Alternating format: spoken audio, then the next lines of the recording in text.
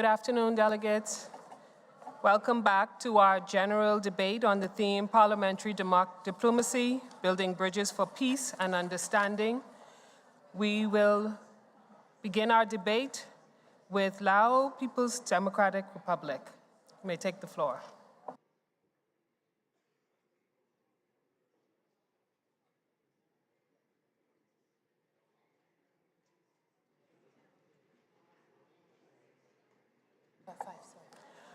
I want to remind all of our speakers that we have a 5-minute timeline. We have to stick within our timeline for speeches. Lau?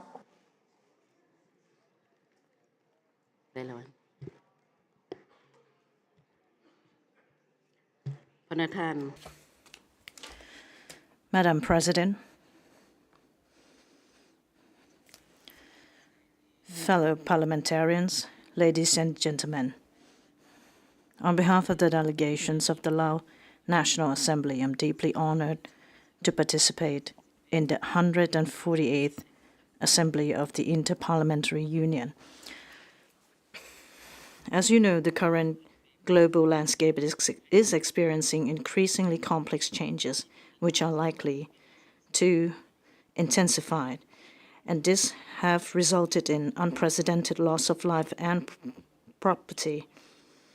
In this regard, the Laos PDR strongly condemns all forms of terrorist acts, including the recent mass shooting at Crocus City Hall in Krasnoyarsk City, Russia. We extend our deepest condolences to the victims of this tragic event. I highly appreciate the role of the IPU in fostering peace, building trust, and promoting peaceful coexisting, which are key to advancing sustainable peace. The Laos PDR has consistently upheld a foreign policy of peace, independence, friendship, and cooperation.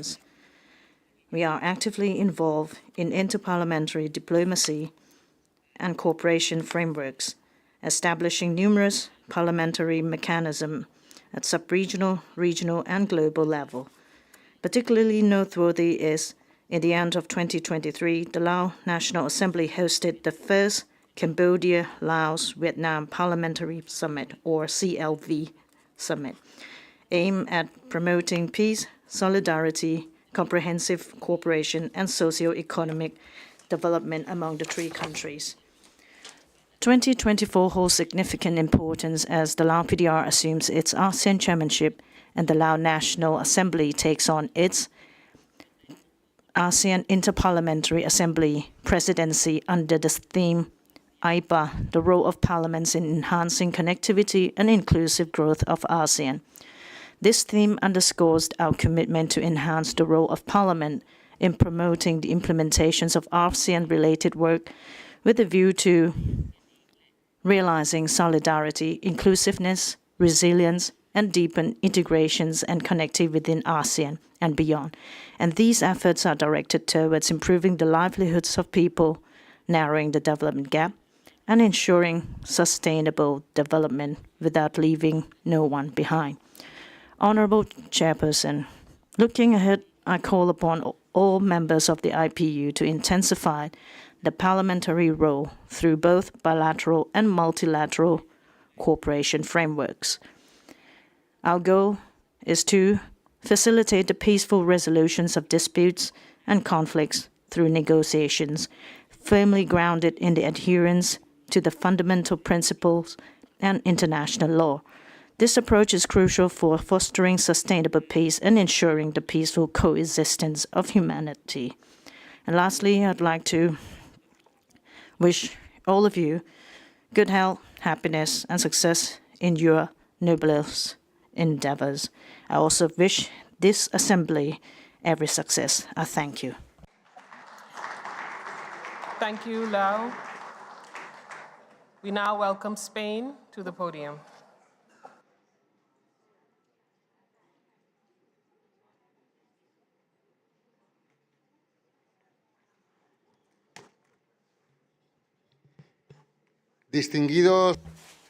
Distinguished Delegates, in a world marked by misunderstood conflicts, the call for parliamentary diplomacy becomes even more important when we are to foster peace and understanding among nations.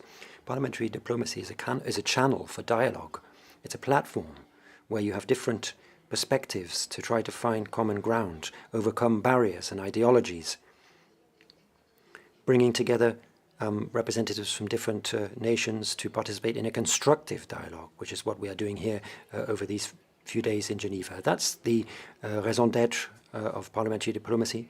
We need to take into account different views and share them with our different convictions rather than being representatives of governance. Through parliamentary diplomacy, we have an opportunity to build bridges between those who want to build walls, to cultivate relations based on mutual cooperation instead of suspicion and hostility, build alliances and set the foundations for peace and lasting prosperity. So parliamentary diplomacy, making it effective, requires overcoming challenges, and it requires commitment, patience, and a willingness to listen to others. We all need to put to one side our differences and focus on the common good of humanity. As representatives of different nations, we have the responsibility to fight for dialogue rather than division, and to defend the principles of tolerance, understanding, and respect in all of our interventions. In Spain, parliamentary diplomacy plays a crucial role in promoting peace and understanding at international level, and as an active member of the global community, Spain has always shown constant commitment to dialogue and international cooperation through their parliamentary representatives. In the Spanish Parliament and Senate, which I am proud enough to be part of, participate in a number of diplomatic initiatives and seek to promote stability and the peaceful resolution of conflicts around the world. By taking part in international fora, parliamentary meetings and diplomatic missions. Spanish parliamentarians have always worked to try to build bridges with other nations and build a constructive dialogue.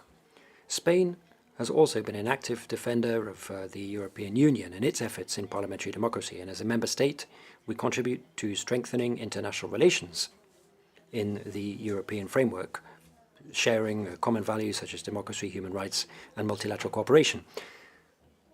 Another aspect I'd like to raise here, distinguished colleagues, is the important role that tourism can play in parliamentary democracy for peace and understanding.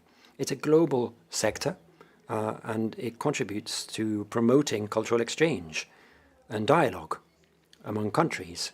It's a tool that can be used for development, and it can build bridges of cooperation, facilitating direct contact among people from different nations. Tourism can help to build mutual understanding and strengthen international relations based on respect and collaboration.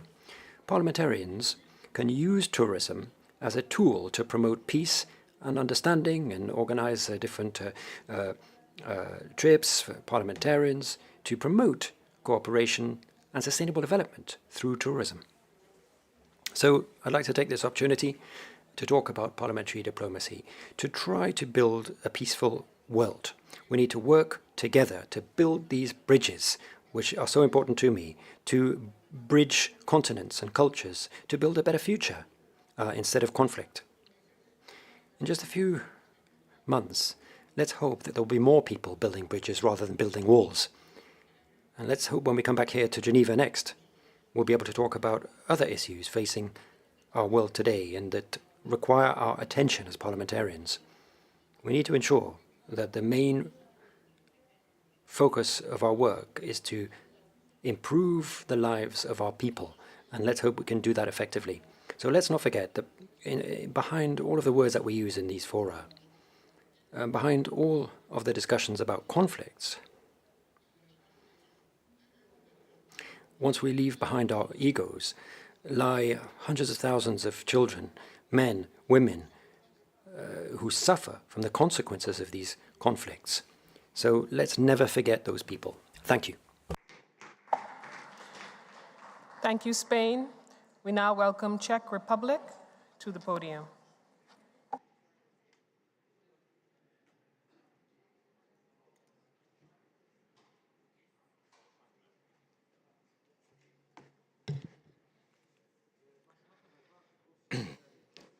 Ladies and gentlemen, esteemed parliamentarians and honored guests. Today, I stand before you to discuss a topic of utmost importance: parliamentary diplomacy for peace.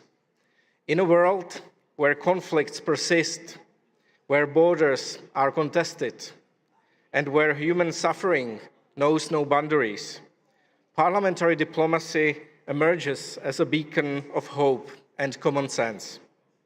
A bridge that connects nations, transcends differences, and fosters understanding. Parliamentary diplomacy is not merely a bureaucratic experience or exercise. It is a living force that builds bridges between countries and peoples.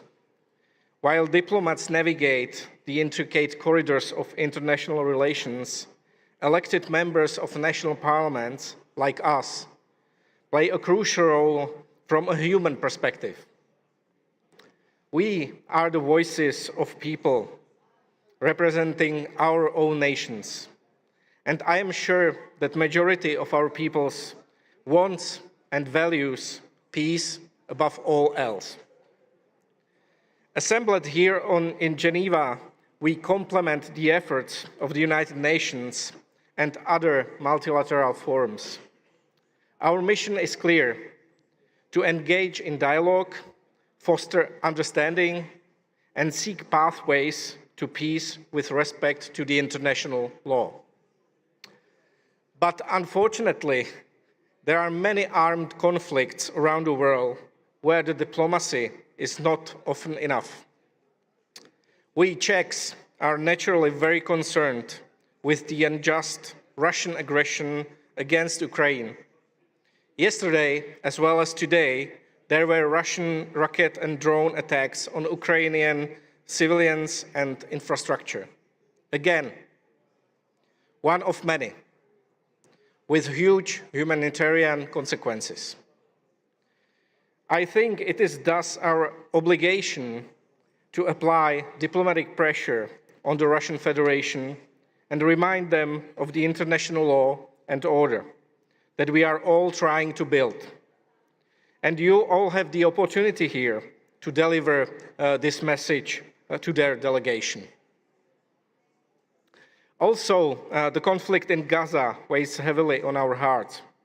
Such a suffering, such a loss of lives, such a history of violence and discord, with a very little prospect of peaceful future.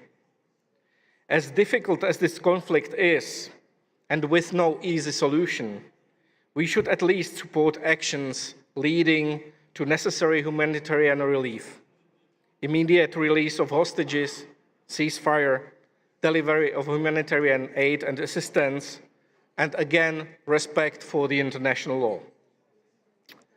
Ladies and gentlemen, let us embrace parliamentary diplomacy as a force for good. Let us build bridges, heal wounds, strengthen international law, and champion just peace.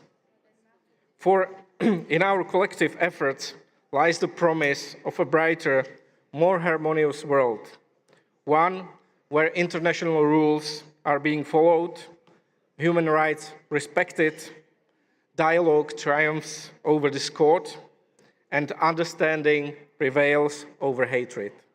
Thank you very much for your attention. Thank you, Czech Republic. We now welcome to this podium Malaysia.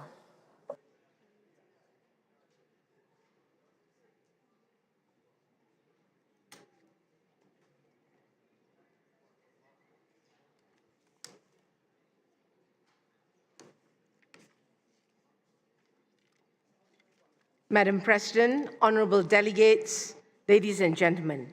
First and foremost, I would like to start by extending my profound gratitude for inviting the Parliament of Malaysia to the 148th IPU Assembly. My name is Zuraina binti Musa. I'm a senator in the Malaysian Parliament. Parliamentary diplomacy is often regarded as a vital component of a nation's foreign policy. It plays a significant role in fostering peace, understanding, and cooperation in the international stage. In Malaysia, members of parliament can engage in bilateral and multilateral diplomacy through various channels, including official visits, parliamentary delegations, parliamentary friendship groups, and participation in international and regional forums. I strongly believe parliaments have the responsibility and capabilities to build bridges and encourage peace globally. We can do this in 3 ways. 1, our exchanges help bridge common understanding on how regulatory framework needs to be developed, fostering a conducive environment for international cooperation. 2, we have a role in preventing and addressing polarization along political, ethnic, and gender lines in society. 3, we are a tool to ensure international observation and commitment to international laws and treaties. Moving to my first point, parliaments are the source of laws for all countries. It is through us that there is a check and balance of the execution in the laws that are being drafted. By ensuring that our parliamentarians are informed of the various laws and best practices of other countries, we are building a legislative body that is more informed and better equipped to scrutinize and harmonize domestic laws with international and regional laws and standards. Harmonizing domestic legislation with international standards and agreement facilitates a smoother international cooperation in several ways. It enhances trade and investment. It improves regulatory effectiveness and efficiency. And finally, it ensures enhanced global governance and promotes the rule of law.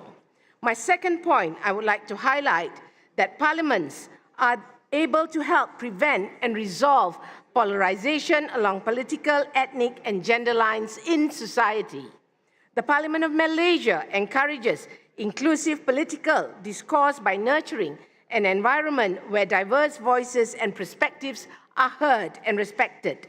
This can be achieved through parliamentary debates, committees, and forums that provides opportunities for members of parliament from different political parties, ethnic backgrounds, and gender to engage in constructive dialogues on national issues. Therefore, in my eyes, parliamentarians are responsible in promoting tolerance, diversity, and respect for human rights. My last point, Madam Chairman. Parliamentary diplomacy is a tool to address observation of international laws and treaties. In regard to conflict resolutions and mediation, parliamentarians of Malaysia act as an impartial actor working towards peaceful resolution and giving assistance without the needs of armed proliferations. For example, in a show of solidarity, both government and opposition members of parliament in Malaysia have contributed to the Humanitarian Trust Fund for the people of Palestine to support the Palestine cause. The Parliament of Malaysia has joined efforts to cease the suffering of innocent Palestinians that are increasingly oppressed by the ongoing conflict and to demonstrate undivided moral support towards their plight for justice. Apart from that, our Prime Minister, Datuk Sri Anwar Ibrahim, during their ministerial question time, reiterated Malaysia's firm principle and position on the issue of Palestine-Israel conflict and called for immediate cessation of hostilities. In the same vein, our Prime Minister also uses his platform in the Parliament to condemn unreservedly all forms of killings of women, children, and civilians by any party. As parliamentarians, we can and must foster this environment. Let us not allow our country to be complicit in crimes against humanity and violation of just cogent international obligations. This is the key for regional and international stability, for peace of the world today and for the next generation. Your Excellency, ladies and gentlemen, we do not inherit the earth from our ancestors. We borrow it from our children. To summarize, I would like to reinstate that Parliament of Malaysia believes that parliamentary diplomacy enables legislators to advocate for human rights, democratic principles, and the rule of law. We strongly believe that parliamentary diplomacy serves as a valuable tool for Malaysia in bridging the gap for global peace. When embracing the principles of peace, tolerance, and cooperation through parliamentary diplomacy, Malaysian parliamentarians play a crucial role in shaping a more harmonious and interconnected world. We have to champion justice. I thank you. Thank you, Malaysia.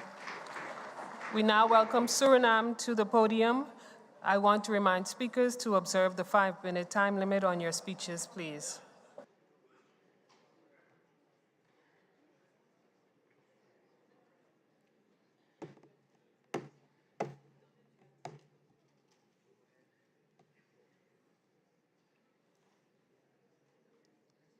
Madam President, Excellencies, ladies and gentlemen, good afternoon. First of all, today is the day of the Festival of Colors. Shubh Holi to everyone. As we convene to elaborate on the theme of this general debate, it is imperative to recognize the different challenges faced by our global community, ranging from polarization to threats to international peace and security. However, merely acknowledging these issues without taking concrete actions falls short of effecting meaningful change. What is paramount in a concerned effort towards specific solution? In the pursuit of addressing these challenges, it is essential to emphasize the decisive role of parliamentary diplomacy in building bridges for peace and understanding. We stand at a critical juncture where meaningful action must be taken, where collaboration must transcend ideology divides, and where empathy must guide our decisions. While diversity in opinions is inherent to our humanity, it is our collective responsibility to discern between constructive dialogue and harmful polarization. It is context initiative undertaken in Suriname to combat polarization through legal measures serve as a beacon of hope, understanding the imperative of holding individuals accountable for their actions. Furthermore, the unusual influence of social media that is necessary for a proactive approach in controlling the spread of prejudice. By fostering empathy and promoting nuanced discussions, we can mitigate the proliferation of misinformation and foster a culture of informed dialogue. Moreover, parliamentary cooperation, both at regional and international level, is dispensable in addressing pressing issues such as climate change, gender equality, and human rights. Suriname collaboration endorsed with esteemed organizations such as IPU, Pan-Americans, the UN, exemplify our commitment to collective action in pursuit of global prosperity.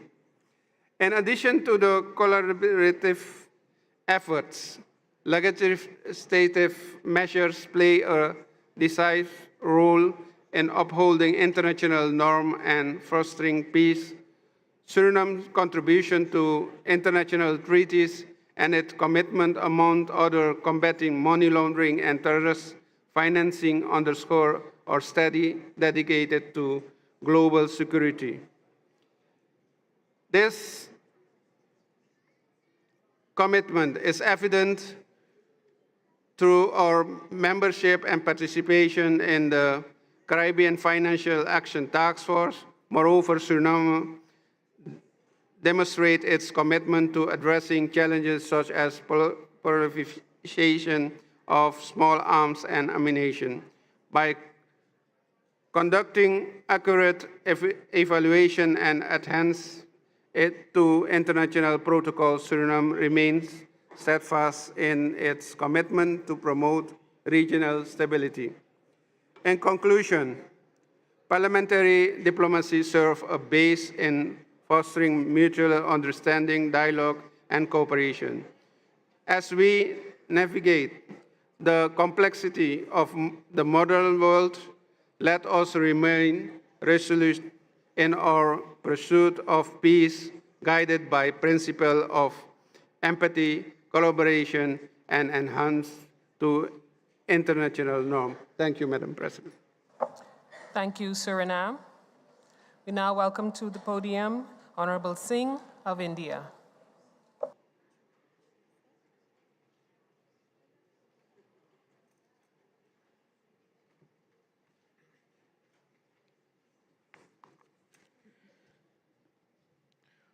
Honorable President, Secretary, honorable fellow parliamentarians, good afternoon to all. It is indeed an honor to address this distinguished gathering on the theme of this conference. In this era of increasing interdependence and interconnectedness, the world today is faced with several transnational challenges. While addressing these complex challenges, parliamentary diplomacy offers one more avenue for fostering collaboration, dialogue, and peace among nations. As we embark on this discourse, I'm hopeful that it will afford us the opportunity to adopt a forward-thinking approach on how we can harness the transformative power of parliamentary diplomacy to shape a more harmonious and peaceful world. Vasudhaiva Kutumbakam, that is, one earth, one family, is the core value of Indian civilization. The theme of India's G20 presidency was one earth, one family, one future. The theme of this debate, that is building bridges for international peace, is reflected in this concept. As the mother of democracy, deliberative and advisory bodies have worked in India since ancient times. These deliberative bodies received foreign emissaries, including those from Greek and Roman empires, even in the 3rd century BC. The famous Buddhist king Ashoka, around 220 BC, sent several ambassadors from India to Southeast Asia to spread the message of peace and non-violence. Further, in 48 AD, Princess of Ayodhya, birthplace of our Lord Ram, went to South Korea to establish diplomatic relations and married their crown prince. Friends, the importance of parliamentary diplomacy in promoting international peace can hardly be overemphasized. Parliamentarians are uniquely positioned to influence government as well as the public opinion. Indian Parliament plays an important role in shaping India's bilateral and multilateral relations effectively. Members of Indian Parliament engage, as elsewhere, actively in various diplomatic activities. They thereby have contributed to promoting global peace and prosperity by fostering dialogue and collaboration. India's G20 presidency in 2023 began with the theme, One Earth, One Family, One Future, at a time when the world as well as the G20 grouping was indeed very divided. India decided to put the interests and issues of the global south right at the heart of G20 with an ambitious agenda with a view to nudging the otherwise binary discussions towards consensus. India successfully brought the weight of the global south to G20, which in turn bridged the divide at the New Delhi summit. The future indeed belongs to the global south, both demographically as well as economically, and our vision for future must have this at its core. The 9th P20 summit hosted by India during its G20 presidency underscored our commitment to shaping the global order through consensus and collaboration. While inaugurating the conference, our Honorable Prime Minister Sri Narendra Modi said, I quote, "A divided world cannot provide solutions to the major challenges facing humanity," unquote. This convergence of global leaders and parliamentarians highlighted the significant influence wielded by the collective voice of parliamentarians worldwide. Friends, our parliamentary delegation in various bilateral and multilateral fora have highlighted the need for reforming international governance structures, including UN Security Council and international financial institutions, to reflect contemporary realities. In recent years, multilateral cooperation has encountered unprecedented crises. While in the United Nations, the crisis has manifested in form of funds cut and ever-increasing policy paralysis in its Security Council. Other institutions like Bretton Woods have faced a skepticism of effectiveness. The COVID-19 pandemic has also exposed vulnerabilities of the international system, particularly those of multilateral institutions. Besides, we should work for promoting and facilitating the showcasing of good practices on legislation and oversight. India believes in nurturing parliamentary partnership at the regional and international levels and is also ready to help other countries in capacity building by sharing its knowledge and experience. I reiterate the commitment of Indian Parliament extending cooperation to international efforts towards maintaining peace and security. Thank you. Jai Bharat. Thank you, India. We now welcome Poland to the podium.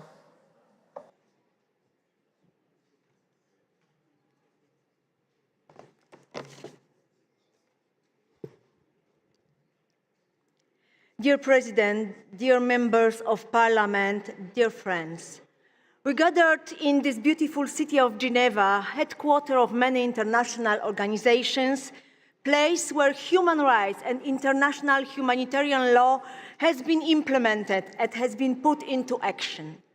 Nevertheless, we are here not to talk about history. We are here to talk about future. As an international community, our priorities are clear: democratic values, the rule of law, solidarity. These are not just empty slogans. In the Charter of the United Nations, we have declared, we, the people of the United Nations, determined to save succeeding generation from the scourge of war. We, the people, we, the parliamentarians. As members of parliament, as politicians, we bear a special responsibility for words. Words can build bridges between states and between nations, but on the other hand, they can increase divisions. In our efforts, we'll be missing if we will use violence in political discourse, if we will set nation against nation, the hatred in people will be growing. In a world full of challenges, the tensions, we have to remember how important parliamentary dimension is, how important is the dialogue between us. In all these cases, when international law is being broken and human dignity is violated, we must react. Two weak words can have dangerous implications. They can be heard as a support of those who bring destruction to the world. And in this, what is actually happening now, what I hear every day about the war in Ukraine, to negotiate, to ceasefire, to preserve peace. A brutal attack of Russian Federation on Ukraine is a violation of international law, and it is time we admit it. Poland is a country at the frontier of war, having a realistic view of the situation on our eastern border. We cannot idly watch as the world of our values is being destroyed. It's not only Ukraine, it's Middle East, it's Africa. How can we talk about peace when people are being murdered, tortured, raped, and kidnapped? How can we talk about negotiations when human rights are violated? It has to stop. Words without actions mean nothing. That's why, as a part of international community, as members of IPU, we should concentrate on actions. We have to inform, educate, testify, be witness as spokesperson for those who suffer. We have to be auditors of our governments and our colleagues, politicians. We have to encourage to engage on preventing conflicts and to end conflicts. We who were chosen by the people, we have to be guardian of peace. In this context, it's very disappointing that yesterday our community failed to unite and speak unanimously for a ceasefire and peace. This should be a lesson. Let's not be indifferent. It is our duty. Thank you. Thank you very much, Poland. Now welcome the Dominican Republic to the podium.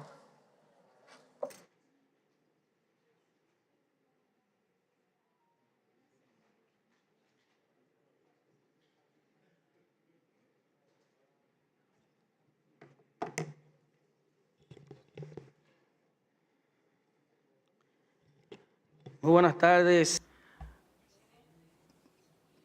Good afternoon, Madam President,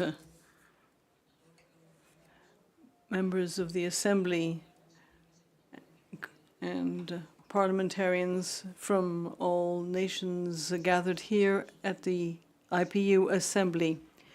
It is difficult for us to take the floor without appealing for international aid for our neighbor, the Republic of Haiti. For the last 3, 4, 5 years has seen a complete disintegration of the rule of law.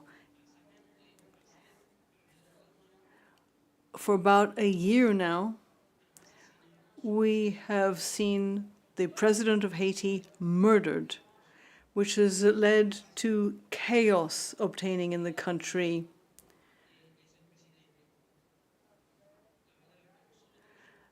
The fact is that we have asked for aid from all international organizations to come to the assistance of Haiti, and it cannot wait any longer. There are dozens of deaths every day in Haiti, and there are marauding criminal gangs who are killing on a daily basis. The country is without government.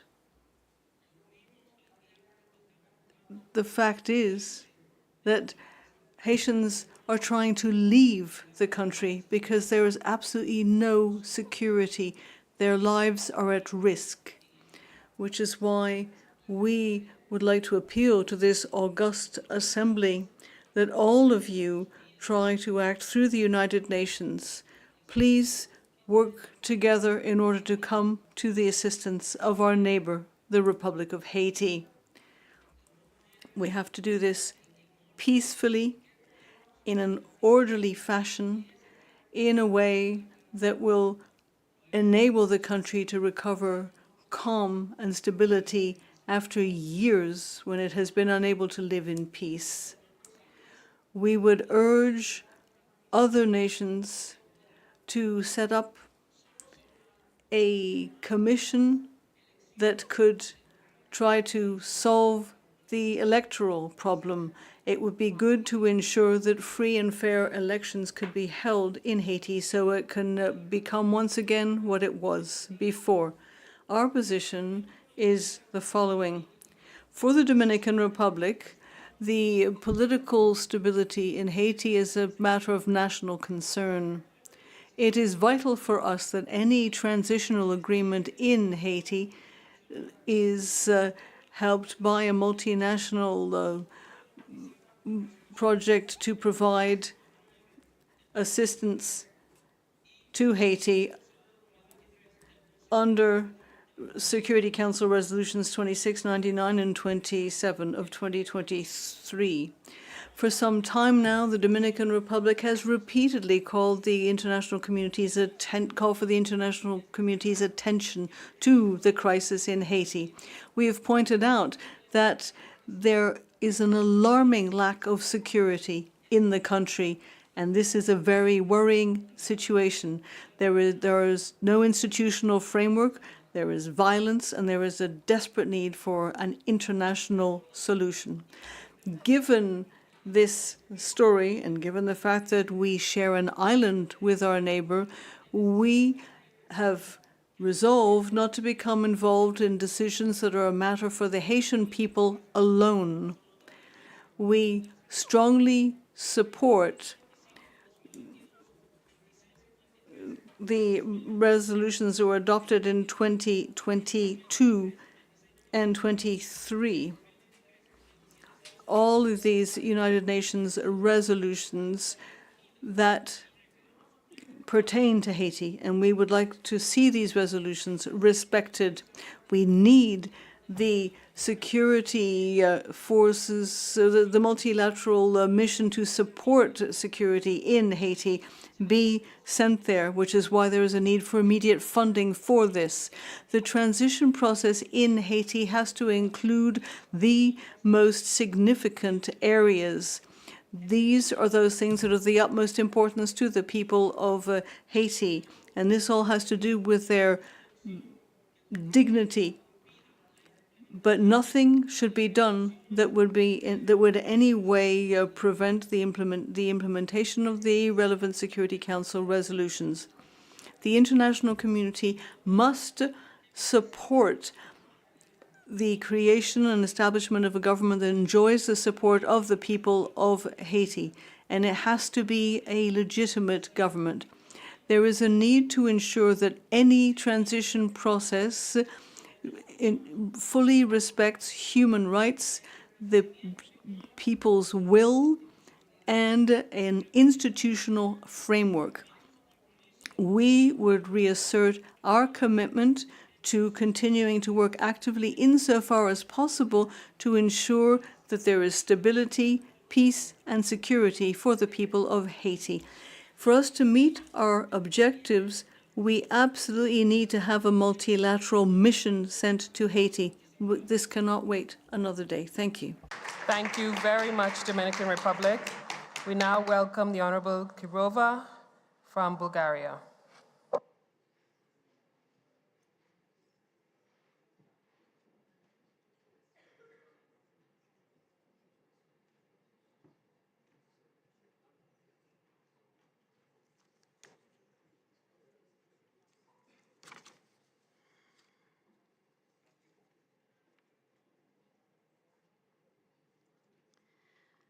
Ladies and gentlemen, honorable parliamentarians, as I begin my speech, I will first extend my greetings to every woman who upholds her role in contemporary society and fights against violence and war, as well as against stereotypes that pertain to the female class. As a woman parliamentarian, I cannot hide my deep concern of the polarizing world that we live in, and the suffering of civilians, women and children in conflict zones and ongoing wars.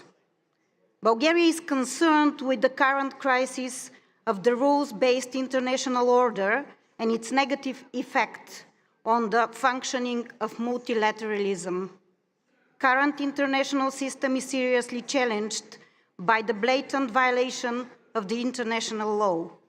Bulgarian parliamentarians are firmly standing for taking the dialogue back to its previous priorities, which are peace, security, and reaching the Sustainable Development Goals.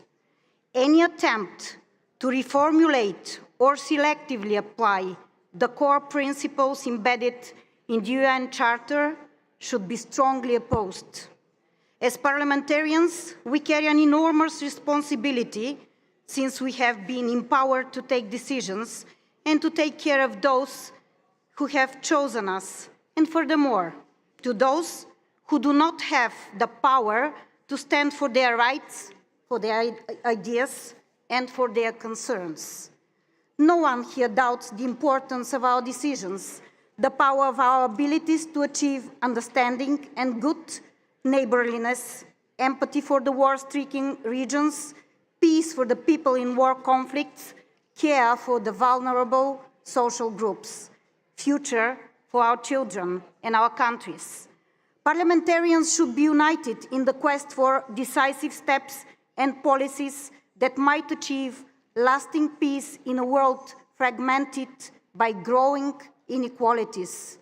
This global fragmentation has caused not only anxiety and concern, but has also posed at the real threat of the principles of equal dignity and rights to all people and their ability to coexist peacefully. It is a duty to all parliamentarians to think strategically for decades to come, and at the same time to provide answers adequate to the challenges of today. Peace-building efforts need continuous dialogue, and this is where parliamentarian diplomacy comes to an act. Any conflict or open problem in the dynamics of the modern world might be solved through diplomatic efforts. Parliamentary diplomacy can and should answer the enormous expectations that it evokes. As it is previously stated by a colleague parliamentarian, parliamentary diplomacy is a beacon of hope. And I would add, it is a powerful weapon that can easily bring us on the table of negotiations by friendships that we create, by those personal relations that we form as members of parliaments. Using parliamentary diplomacy, we must feel the pulse of the events and find the intersection between our national interests and the common goals. We parliamentarians can use the tools of preventive diplomacy, and we should use it. As we are here, legislators representing different political systems and political views in the world, we have a unique platform for dialogue and parliamentary diplomacy. The meetings of our organization should serve as a place to coordinate new ideas and initiatives in the search for peace and progress. So let us talk, let us argue, let us fight on the way to finding solutions, not on the battlefield. Let us do it here. And here we should not fail to find solutions, as this will result in prolonged suffering in the zones of conflict. Ours is the obligation and the great privilege, and above all, the responsibility to participate in the progress and process of discussing ideas, creating visions, and making global decisions to prevent and, when needed, to resolve conflicts. We have the power to make any difference in this world, and it is up to us how we use this power. Building bridges between people, institutions, parliaments, and various humanitarian organizations should be based on continuous dialogue, which excludes this division and which is only the first step towards achieving the rule of law, towards protecting human rights and values, and making sure that the long-lasting peace is not only a word in the vocabulary or in a resolution, that it is an act please bring your and a remarks to guarantee close. for our children and our countries. Thank you for your attention. Thank you, Bulgaria. We now welcome Honorable McGuinty from Canada.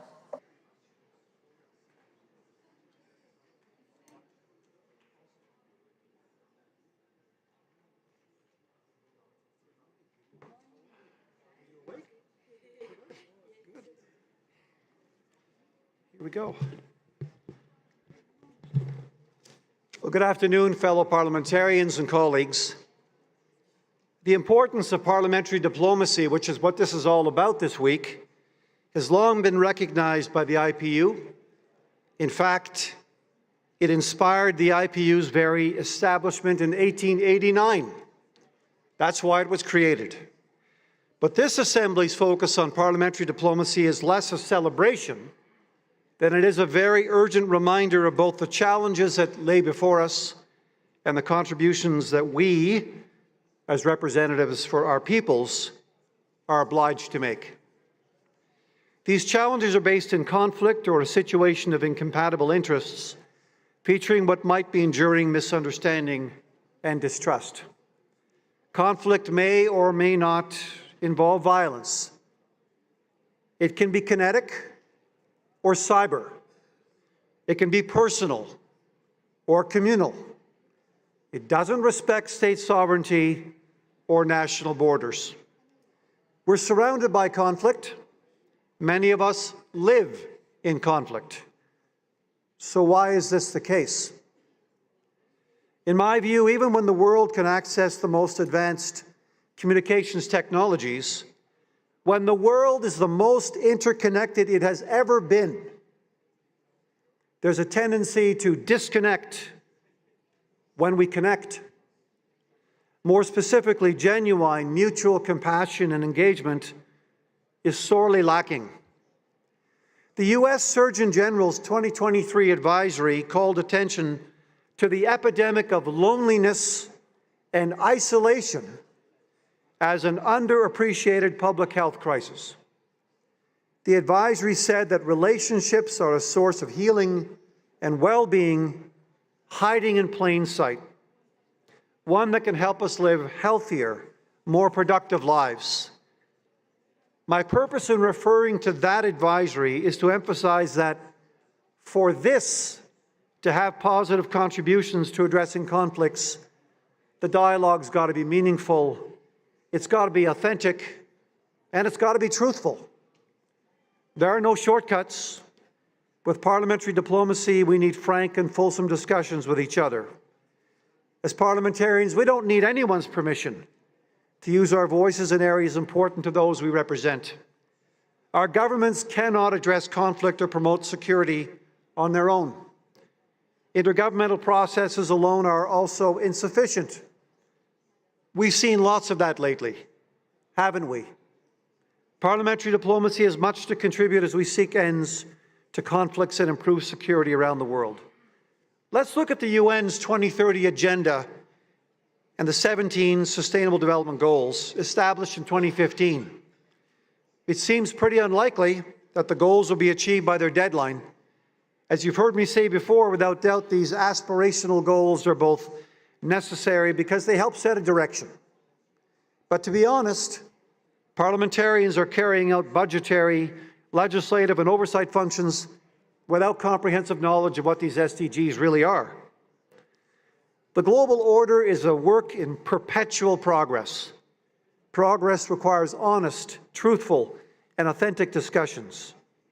We work together with common cause on shared goals because we know we have a special responsibility to the next generations. We better make sure that our kids don't have their natural affinity for the truth extinguished and that they have hope for their future. For me, and probably all of us, this diplomacy is based on our common humanity. We have a tremendous responsibility and a consequential privilege to safeguard humanity's potential future in the face of all these incredible challenges. Make no mistake, the list of challenges is long. The potential for more division, not unity, is growing. This includes my own particular predilection for the threat of what I call our natural security and the limited carrying capacity of the planet, already leading, we know, to crop failures, loss of biodiversity, and climate refugees. We need to set in context what we spend on parliamentary diplomacy. Keep in mind the budget for the IPU is about $20 million a year. The cost of one Tomahawk missile, $2 to $7 million. The cost of one state-of-the-art Leopard tank, between $6 and $17 million. A ballistic missile, between 75 and 120 million US dollars. Do we still think this is expensive? No. Silence can lead to misunderstanding, mistrust and isolation, and mistakes and accidents. It can also lead to dangerous nationalism, which can have devastating consequences for the people we represent. Silence is something we can't afford, so let's keep talking. Thank you very much for your attention. Thank you, Canada. We welcome to the podium Iraq.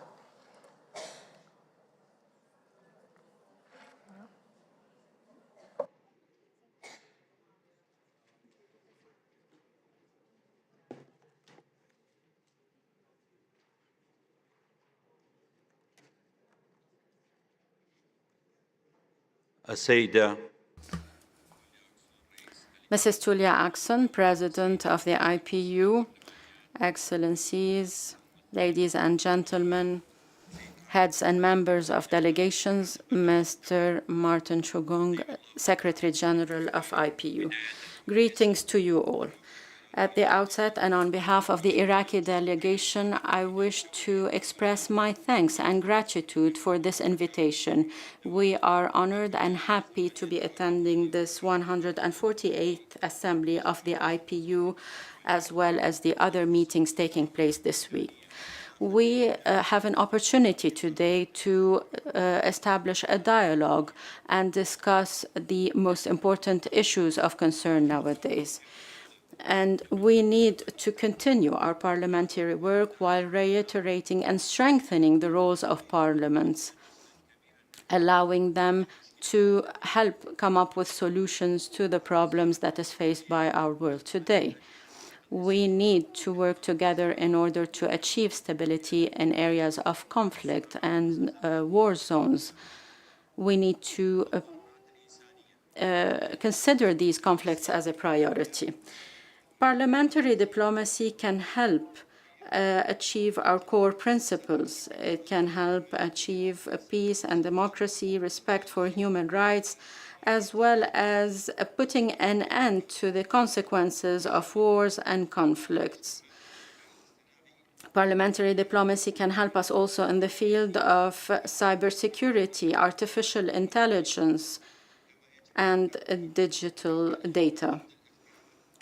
We need to strengthen these technological systems and build more advanced systems. We need to be able to protect these digital information. We need to work together on facing the issues and the crisis of climate change that is threatening human life and humanity. We need also to be committed to sustainable development through joint parliamentary action. Ladies and gentlemen, the people of Iraq, which is the cradle of civilization, is keen on trying to resolve the problems of the Iraqi people. In this respect, we have adopted new legislation and regulations to improve the quality of life. We are working on achieving social equality, justice, implementing the constitution, and protecting the family, including women, children, and the elderly.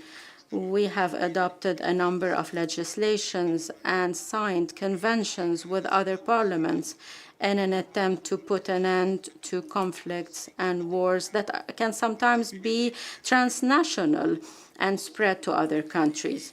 The area of the Middle East is a historically important region, and therefore we call on our friends and other parliaments to stand with us in order to stop any violations and exactions targeting imposed on Iraq and to protect the natural resources of Iraq. From this forum, I would like to call on all parliaments to take action to put an end to the bloodshed that is unraveling in Gaza and to work together for the immediate and urgent and unimpeded access to humanitarian aid, as well as protecting children from bombings and killings. All the peoples of the world who believe in the rule of law should call for the creation of a Palestinian state with Jerusalem as a capital. We need to protect the Palestinian population from the policies of starvation, the killings and massacres. And we must realize that continuing to violate and ignore the rights of the Palestinian people will only lead to further violence, crises, and instability in the region and the world. In conclusion, we must spare no effort to achieve the goals and objectives of the IPU, which is ensuring peace, stability in this era of digital changes and developments. We need to work on achieving the Sustainable Development Goals, respect for human rights, gender equality, and empower youth to help solve the problems of the future. We need also to strengthen relationships between parliaments, exchange best practices, and learn lessons from each other. Greetings to you all, and thank you for your attention. May the blessings of God be upon you. Thank you, Iraq. We now welcome Honorable Scriver from Denmark.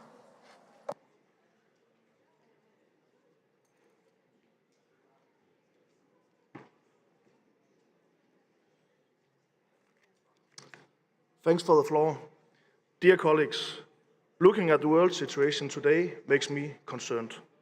Not long ago, there was a widespread belief that wars and conflicts were becoming a thing of the past. However, the reality proves otherwise. We are now witnessing numerous conflicts leading to an increasingly insecure world. This leads to fear and unease among our populations, also in Denmark. My primary aim as a parliamentarian is to contribute to the creation of a better society, both in the present and for the future. This entails providing opportunities for the new generations, first and foremost in my own country. Nevertheless, in today's interconnected world, decisions made within our borders impact other nations, whether it's regarding climate action or advancements in artificial intelligence. One of the key solutions lies in fostering dialogue, a strength that I believe the Interparliamentarian Union exemplifies. Recently, some friends of mine asked me about my work in the IPU and what is it good for. I had to recognize that the outcome of our dialogues may not always be easy to quantify. However, I'm concerned that engaging in meaningful discussions about common challenges to find common solutions remains vital. Dialogue is sometimes difficult, but without dialogue, we will not be able to agree about anything. When I think about the discussion yesterday about the emergency item, I also think that we here in this room have something to learn according to dialogue and agreements. Because I think that these international conversations and discussions, like the ones we are having here, ought to culminate in agreements. However, the true value of these agreements lies in the implementation. We must therefore commit ourselves to fulfilling our obligations and be willing to make compromises, especially when negotiating across borders and interests. Drawing from my experience as a former school teacher, I understand the significance of merging various perspectives to foster unity. Reflecting on my time in the classroom, I often think about the young minds I've taught.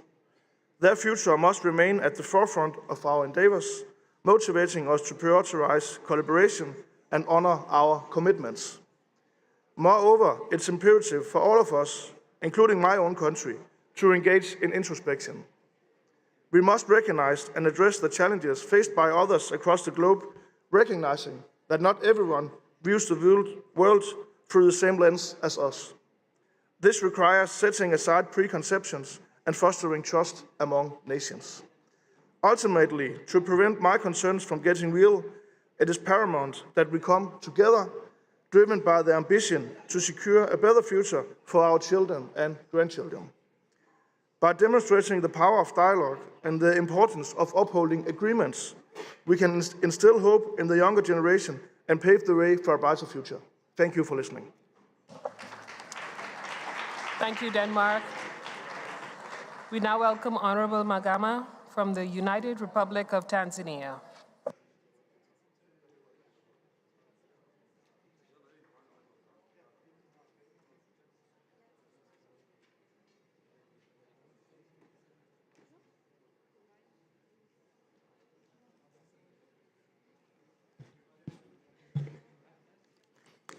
Excellencies, distinguished participants, ladies and gentlemen. On the outset, allow me to congratulate Dr. Tulia Axon, President of the IPU, and all members of the Bureau for being entrusted with this enormous responsibility. On behalf of Tanzania delegation, I commend her and IPU Secretary General and their team for the exemplary manner in which all of them continue to guide the proceedings of this global forum. Madam President, the main theme of the Assembly is parliamentary diplomacy, building bridges for peace and understanding. The primary goal of parliamentary diplomacy is to facilitate international cooperation, resolve conflicts, and prevent escalation of tensions through dialogue and negotiations. It provides a platform for the lawmakers to engage in discussions, exchange of ideas, and work towards common solutions to global issues. Madam President, parliamentary diplomacy in Tanzania's context plays a crucial role in building bridges for peace and understanding within the country and beyond. Tanzania is a diverse country with numerous ethnic and tribal groups. Parliamentary diplomacy can promote dialogue, understanding, and cooperation among these groups, fostering a sense of national unity and harmony. Lawmakers can engage in discussions and legislative initiatives that promote inclusivity, respect for cultural diversity, and equal representation of different communities. Parliamentary diplomacy can also contribute to peaceful elections and political stability. Lawmakers can engage in dialogue and negotiation to address electoral disputes, promote fair and transparent electoral process, and work towards political consensus.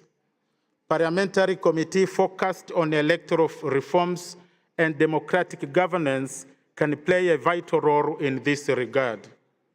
In terms of conflict resolutions and reconciliation, Tanzania has experienced internal conflicts in certain regions, especially among farmers, pastoralists, and miners.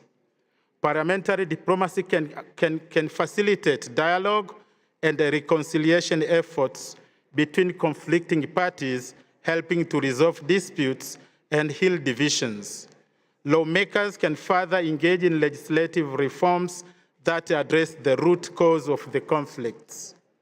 Tanzania, as a part of various regional organizations, such as the Eastern African Community and the Southern African Development Community, parliamentary diplomacy can strengthen Tanzania's engagement within these regional frameworks, fostering cooperation, mutual understanding, and peace building. Lawmakers can participate in regional parliamentary forums, joint committees, and working groups to address common challenges and promote regional integration.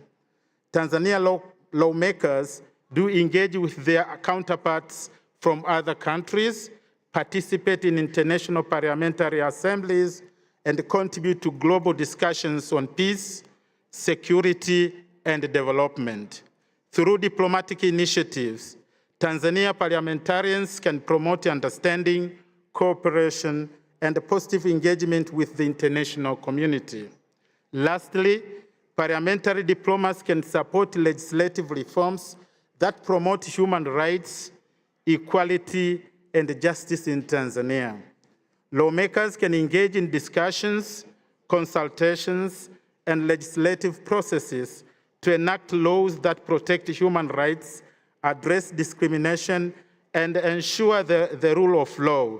This can contribute to a more inclusive and peaceful society.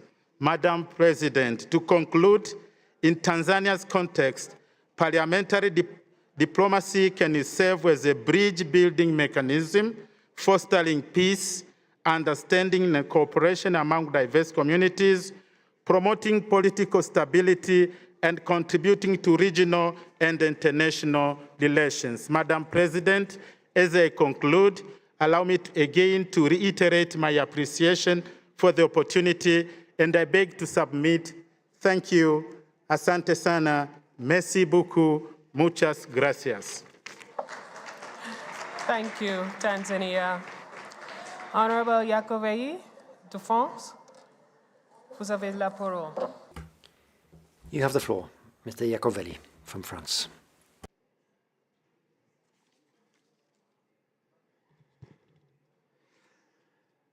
Madam President, ladies and gentlemen, parliamentarians, dear colleagues, the concept of parliamentary democracy needs a little bit of explaining. And that's because diplomacy generally was the executive branch and the Ministry of Foreign Affairs. But in France, parliamentary diplomacy has gradually gained ground, which enables us as parliamentarians to have this vocation not to enter into competition with the government diplomats, but to complement it. And parliamentarians have legitimacy because they are elected by people. They are the representatives of people. Therefore, they are best placed to express their desires. They may not be career diplomats, so parliamentarians are free to express their views a little bit more, and it gives them room for maneuver, particularly as the career diplomats tend to be stuck to their government's position. And in interparliamentary assemblies, it gives us the opportunity to speak with other colleagues. And IPU is the oldest such institution, which has a global, universal approach. It was created 135 years ago by two parliamentarians, one British, one French, with a view to promoting peace through interparliamentary dialogue. Parliamentary diplomacy, then, is at the very heart of this organization, and we are the actors in that, and we even discuss these in informal settings. IPU has a key role to play to maintain dialogue when there are conflicts and international crises, in spite of the barriers, the reluctance of the warring parties, the geopolitical tensions, and increasing abuse of international humanitarian law and authoritarianism. In a world of conflict, where global challenges are frequent, parliamentary diplomacy can be a key actor in bringing greater peace and security. Dear colleagues, I sincerely hope that this 148th Assembly will allow us to demonstrate that ability. And I really wanted us to come together to adopt a resolution on the fate of hostages and the humanitarian crisis in Gaza, the crisis in the Middle East. But there was also a crisis in Ukraine with the illegal invasion of Russia, and that required a strong stand on the part of IPU. Yesterday, we tried to bring two draft resolutions together on the humanitarian situation in Gaza with some clear points of convergence, and we agreed on the main points to that: an immediate ceasefire to protect civilians, the release of all hostages, immediate and unfettered access to humanitarian aid, and respect for international law. We were all in agreement, and we were on the point of reaching an agreement when at the last moment some new conditions were pulled out of the hat and were not in any of the draft resolutions were expressed, and the whole negotiation collapsed. And as a result of that terrible failure, in addition to that we saw in Luanda, we feel great sadness because our capacity to send out a clear message has failed, and we have just shown our failure to express a clear message. Here in Geneva, we haven't lived up to our responsibility in the face of this humanitarian crisis. And yet we are the representatives of the people, and we must be up to the task. Let's draw the conclusions of this and ensure that history doesn't repeat itself once again at the next General Assembly. Thank you. Merci, France. Thank you, France. We now welcome to the podium Honorable Nair, Singapore.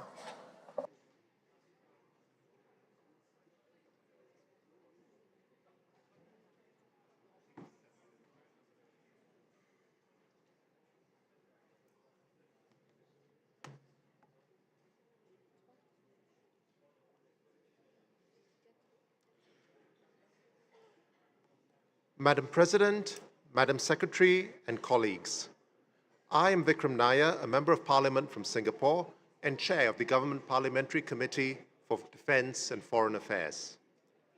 Building bridges is more important than ever before. The United Nations was formed in the aftermath of World War II to create an institution and a framework of rules to protect humankind from the enormity of war. Now, some 8 decades later, is this order under threat? Every time a major power appears to disregard international law, the order itself is threatened. The victims of such conduct may feel the temptation to respond in kind, also with disregard to international law. Some of the countries that have been mentioned as violating international law in the course of these debates have also themselves been victims of such violations.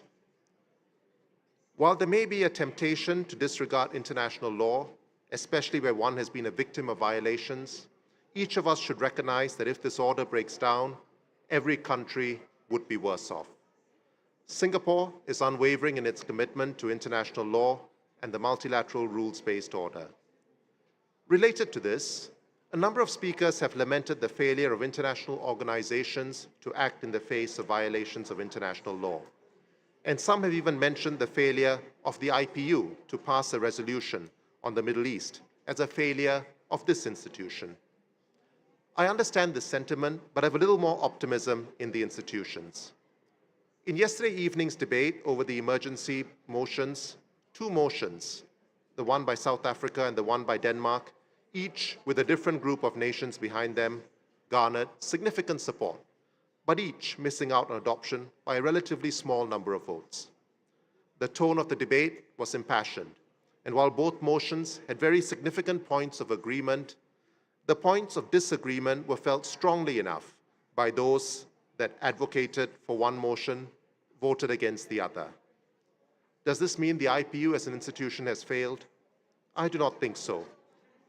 Ultimately, international institutions can only work through a broad consensus. And if there is no consensus, then it means the relevant resolutions would not go through.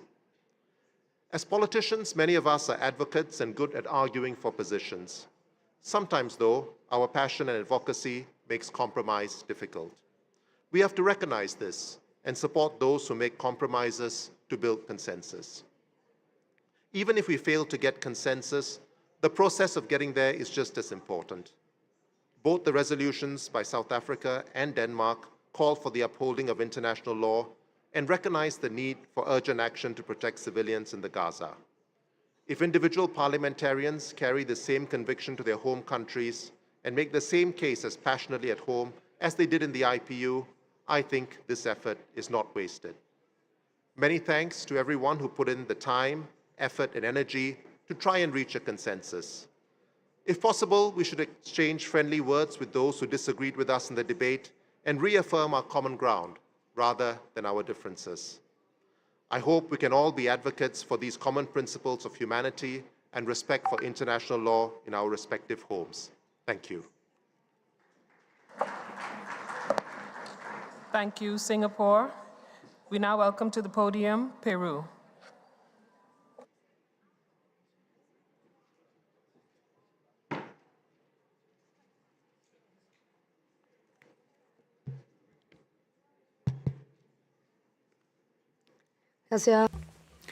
Thank you, Madam President. Distinguished representatives, it's an honor for me to take the floor here to discuss one of the key pillars of international cooperation, parliamentary diplomacy. William Randall Kramer, one of the founding fathers of the IPU, said that parliamentary diplomacy was the best way of building a world of dialogue and mutual understanding. And on that path, parliamentarians have a key role to play, because we represent the voice of our peoples, not within our countries only, but also at international level. So that means that as a parliamentarian, we should use diplomacy to try to protect democracy, human rights, and the rule of law. As Speaker of the Congress of Peru from 2020 to 2021, I saw the danger facing the Peruvian democracy because of the government of the former president, Pedro Castillo, who failed to respect the democratic institutions and the separation of powers and tried to close down Congress. In 2022, a mission of the Organization for American States visited Peru at the request of Pedro Castillo, in order supposedly to meet with some representatives. But surprisingly, even though I was the Speaker of the Congress during the first government, and at that time, President of the Foreign Affairs Committee, I wasn't even asked to express my view on the political crisis affecting the country. and no one agreed to meet me. And so, thanks to parliamentary diplomacy, here at IPU, I met Paraguayo Baciano, the former chair of GRULAC, who managed to get me a meeting with the Organization for American States. And at that meeting, I managed to explain the real situation facing politicians in Peru at that time. I can say that in the Peruvian parliament, we adopted measures to promote peace and overcome the challenges of this former president. And we avoided a military coup. And if we hadn't managed to do that, no democratic Peruvian delegation would be standing here today at IPU. We must say that now we have a certain degree of economic and political stability, and that's enabled us to attract greater investment. And just a few days ago, Peru was chosen to be the host of the Pan American Games in 2027. And later this year, we will be holding a meeting of CEPAL and PEC. So that's why I call on this important organization to remain vigilant with regard to what is happening in all countries, because peace is not just the absence of armed conflict. It's actually based on the political stability of countries. And at this important podium, we must remain united in order to fight anything that threatens democracy and the rule of law. That's why it's very important that through its different committees, IPU shares common values and always speaks out clearly to defend democracy. We mustn't give in to attacks to the rule of law. Enemies of democracy don't deserve our consideration, and we shouldn't show consideration to those who are attempting to destroy the constitutional order in our countries. Parliamentary diplomacy cannot just serve the interests of governments, but it must also pursue and seek key principles such as the respect for human rights and the balance of powers. Thank you. Thank you, Peru. We now welcome the speaker from the Democratic Republic of the Congo.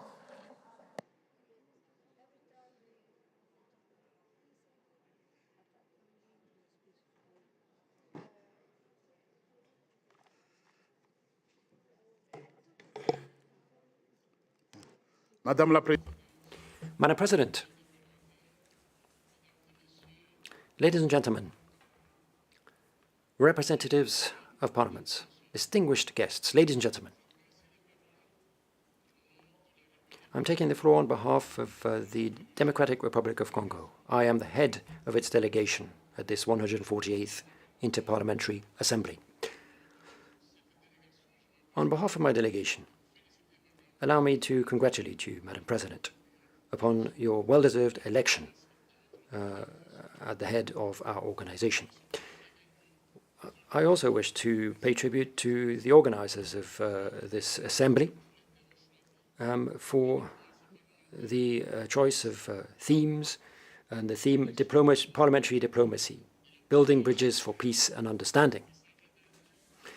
In my view, it's an important theme for Democratic Republic of Congo, my country, because the DRC is at the very heart of the African continent. And we have excellent relations with our neighboring countries. Since we became independent, we have been engaged in parliamentary diplomacy for peace and understanding, not only in Africa, but also outside of the continent, with mediation and diplomacy. Parliamentary diplomacy has played a key role. It complements classic diplomacy, and it involves the democratically elected representatives of peoples. It's also characterized by people who speak the truth rather than try to conceal the truth. And this is a very important thing for my country, Democratic Republic of Congo, where peace is elusive because of the great wealth of natural resources that we have in my country. We have also been victim of aggression from Rwanda through the M23 terrorist movement. Now, Rwanda, I'm sure, will come up here and try to reply to that. But I must allow you, I must say that whatever Rwanda says at these assemblies, it is false. More than 12 million people have been killed in my country. More than 10 million displaced. Women have been slaughtered. Women and children are fleeing their homes because of this aggression. Now, that is the truth, and I will refute what Rwanda will say. And Rwanda has attacked the DRC in complete violation of international law, the principle of territorial integrity and sovereignty. There is no justification for countries bringing weapons into foreign countries. We've heard a lot about the genocidal situation, but they have forced us to welcome those who committed genocide in Rwanda. And the international community is partially responsible because of that since the end of the 1990s. And my country is seeking peace and led the Rwandan army to come into the country to try to fight those who committed genocide. They came into the country, but then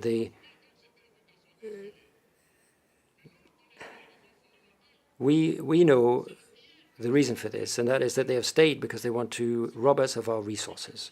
And that's why they have stayed.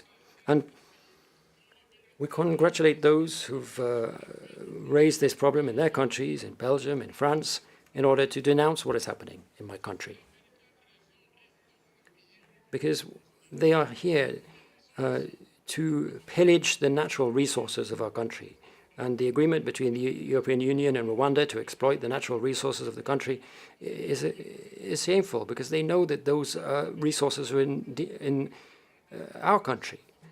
And this is why I am saying that once and for all, thanks to parliamentary diplomacy, we need to put an end to this Rwandan aggression and secure peace for the Democratic Republic of Congo, so that we can give these resources to the good of Africa in order to help its development. Thank you. Thank you, DRC. We now welcome to the podium Turkey.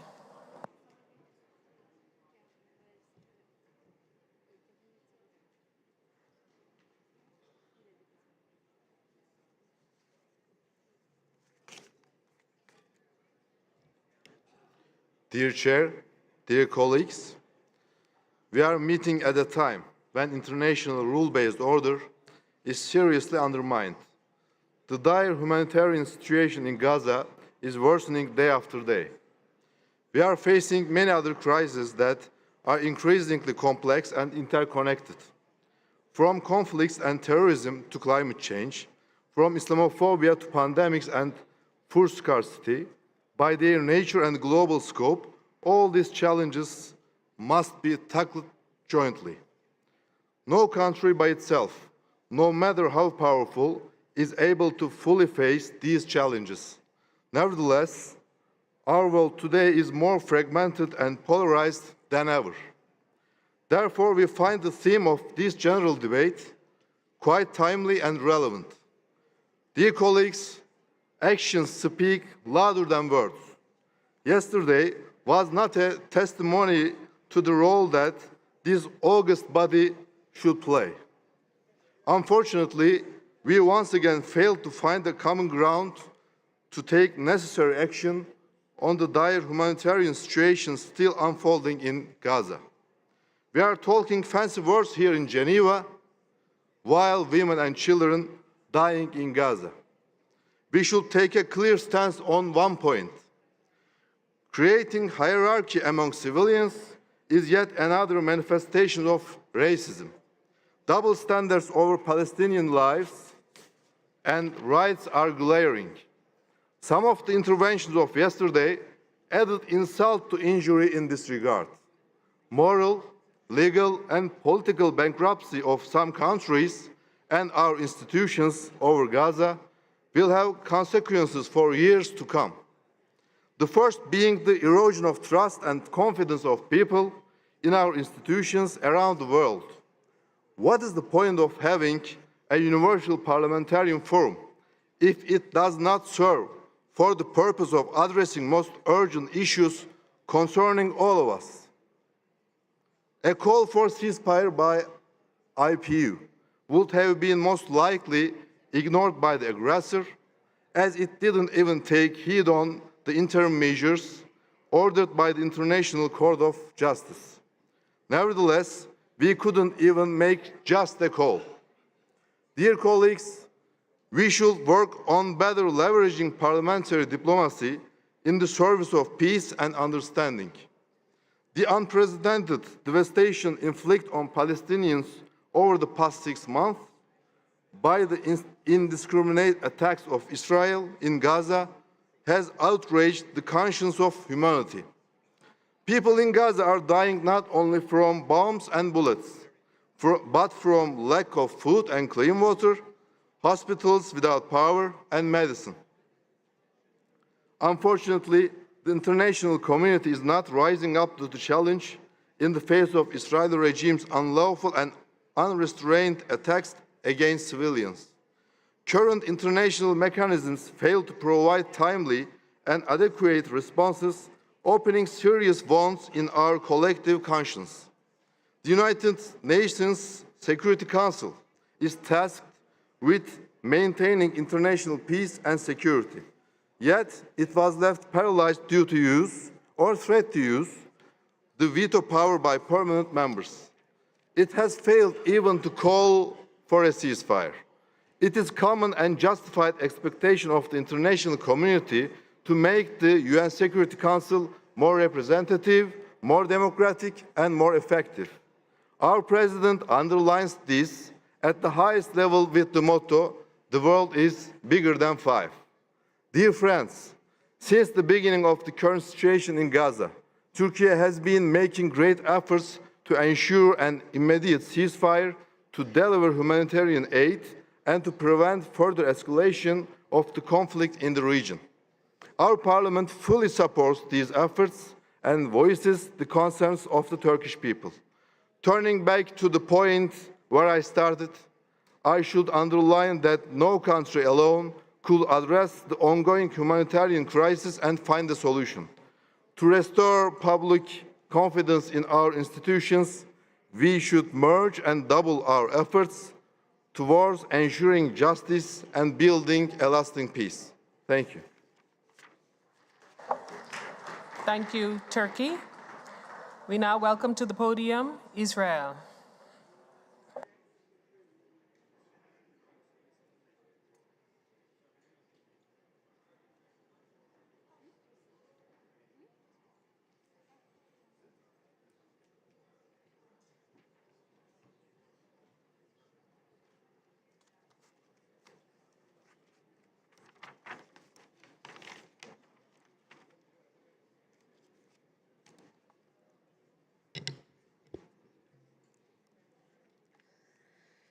Ladies and gentlemen, distinguished colleagues, I stand here before you as a parliamentarian, as an Israeli, as a proud Jew, as a woman, but first and foremost, as a mother of 2 daughters.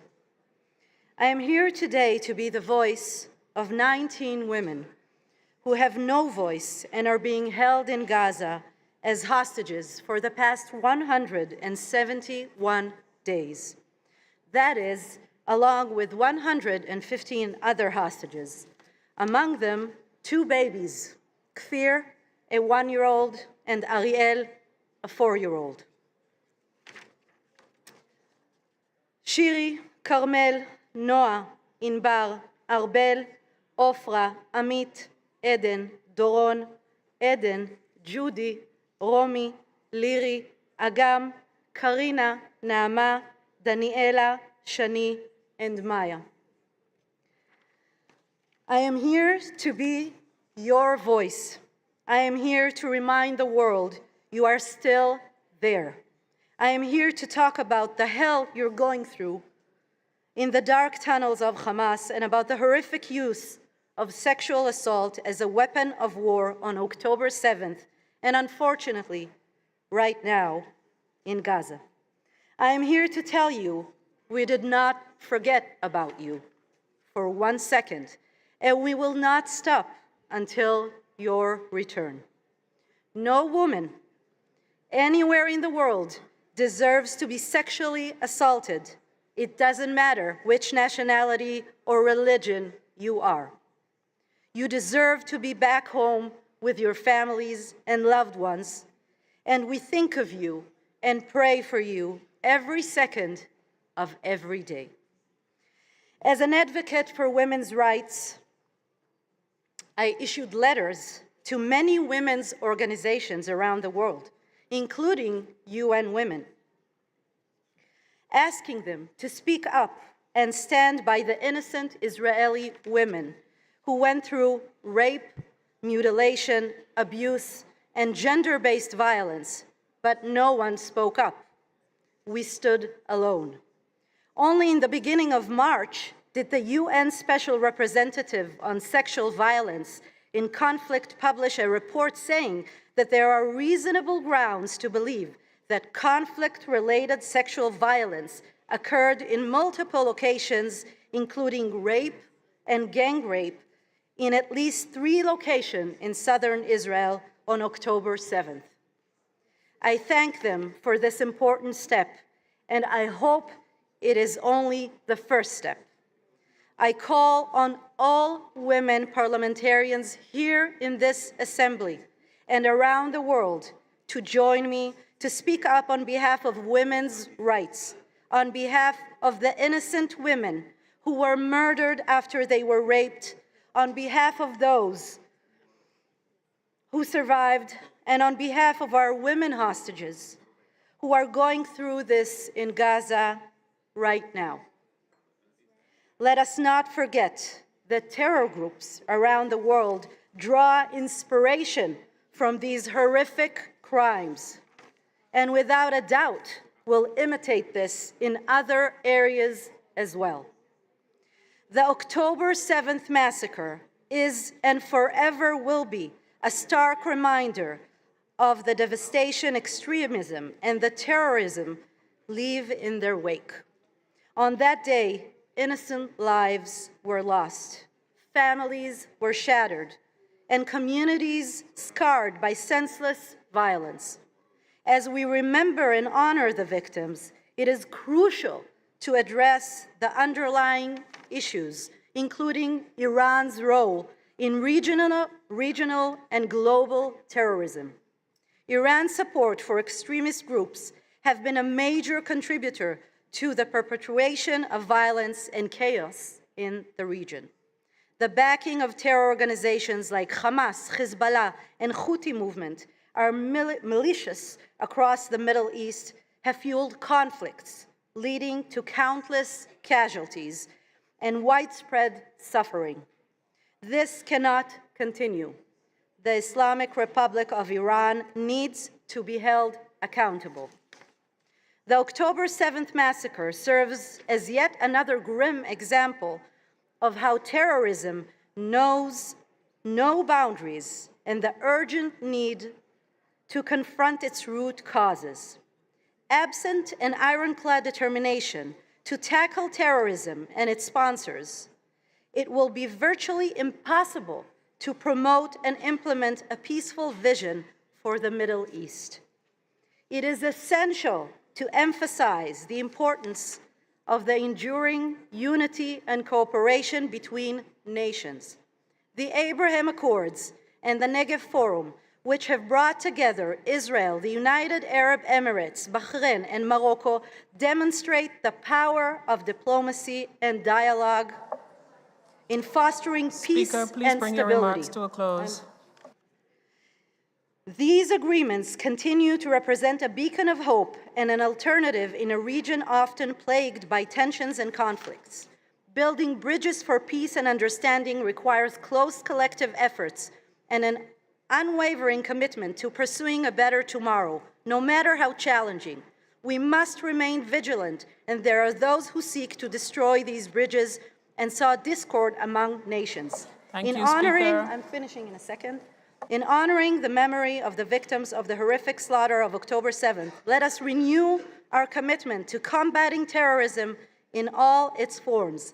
Let us draw inspiration for the hope of the Abraham Accords and the promise of the Negev Forum. Let us work together as a region where cooperation, mutual respect, and peaceful coexistence prevail. Let us pledge to stand united against terrorism and build a world characterized by security and prosperity, and not hatred and war. Thank you. Thank you very much, Israel. We now welcome to the podium Italy.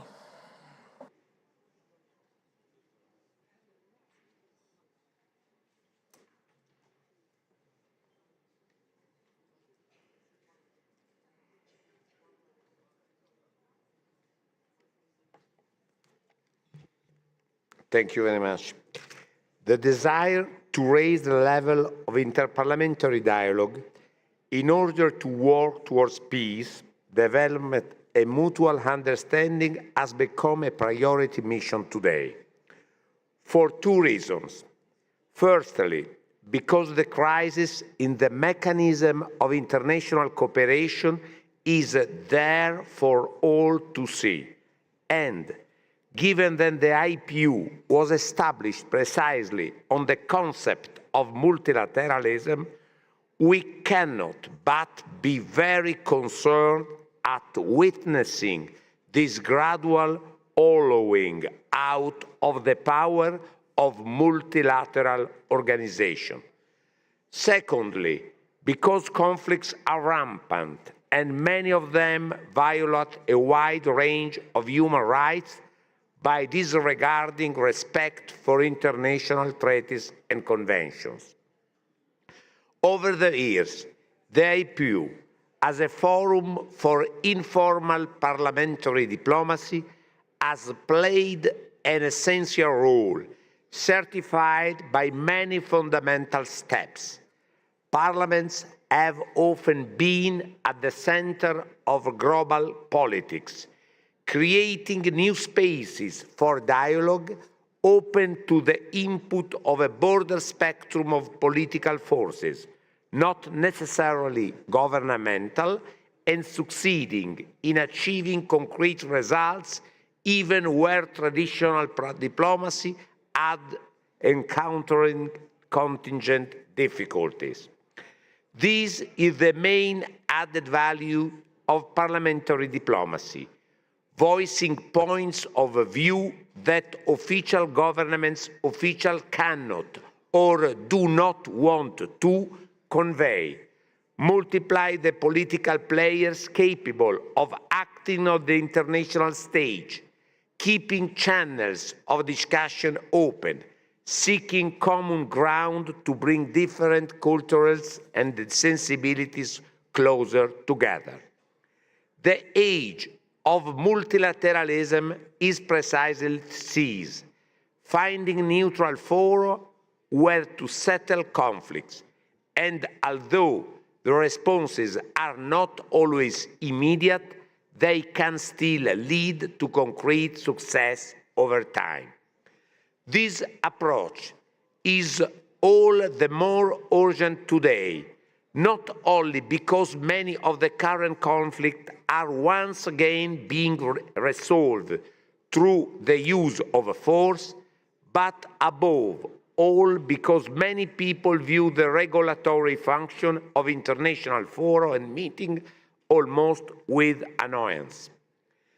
The continuing war in Ukraine, with the constant risk of escalation, the tragic events following Hamas brutal attacks against the State of Israel, which has brought the Israeli-Palestinian issues that we all had culpably removed from the multilateral agenda of international politics back to the forefront, and the many hotbeds in many other parts of the world which hit the headlines way less often, require that we take a strong stance and make a truly truly incisive and constant commitment. What happened, my dear friends, yesterday, what happens here yesterday, shows that this crisis affects IPU too, which hasn't been able to approve a resolution on such an important humanitarian issues in Gaza. The words aren't useful. The presidency of IPU has to reflect seriously and propose solutions for the future. Parliaments have a duty not to remain subordinate to the approach of governments, to take a stand and condemn what is not acceptable. They have a duty to recognize with increasing awareness the added value of their presence in international fora. They have a duty to exercise their legislative function by stimulating and giving political direction to prevent and respond effectively to the magnitude of these challenges by engaging in mutual listening and developing a common position. Thank you very much. Thank you, Italy. I want to remind speakers to please observe the 5-minute time limit on speeches. We now welcome to the podium Qatar.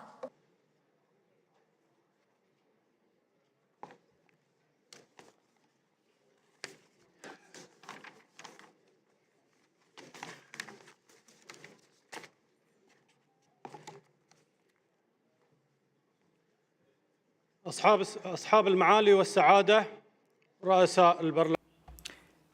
Ladies and gentlemen, speakers of parliament, parliamentarians, greetings to all of you. I would like, on my own behalf and on behalf of the parliament that I represent, to tell you how much I welcome being able to participate in the 148th Assembly of the IPU. I am honored and delighted to have the opportunity to discuss a significant, indeed existential question, that is to say, building bridges for peace and understanding. This is a matter of the utmost importance. Ladies and gentlemen, I can only praise these attempts at building bridges and peace, but I must also condemn the attacks that seem to be taking place before a passive international community. I am referring to the violations of human rights and the threat undermining the fundamental rights of people's right, notably to self-determination. I am referring to Gaza, to Palestine, which is a crime scene today. In the period between the two world wars, the efforts were made, treaties were agreed in order to preserve rights in the region. However, there has been a loss of life. Thousands of women and children are dying. The elderly in Gaza are also being murdered. I understand that all of you are frustrated at the international community's failure to react to this unbearable and unusual aggression. I recognize that we have been unable to ensure that those responsible for such crimes be held accountable. This is a source of frustration, and we seem to be incapable of restoring peace. Ladies and gentlemen, nowadays and on a daily basis, we see how the law of the jungle seems to prevail. It is a law that seems to undermine fundamental rights and freedoms. This is appalling to all of us, and it must be on all of our consciences. What we need, ladies and gentlemen, is dialogue. We need to close ranks. We do have tools available to us to bring an end to these internal disputes and wars between states. We can do it, and we must, ladies and gentlemen, as parliamentarians, find ways of facing the threats that weigh upon us and that threaten parliaments and democracy. There seems to be coup after coup today. We are, as parliamentarians, in a position to do something. We can respond. We should be able to help governments ratify legislation that is appropriate and that can help guarantee sustainable development. Parliamentarians must be heard and must help people ensure that they are heard through transparency and accountability.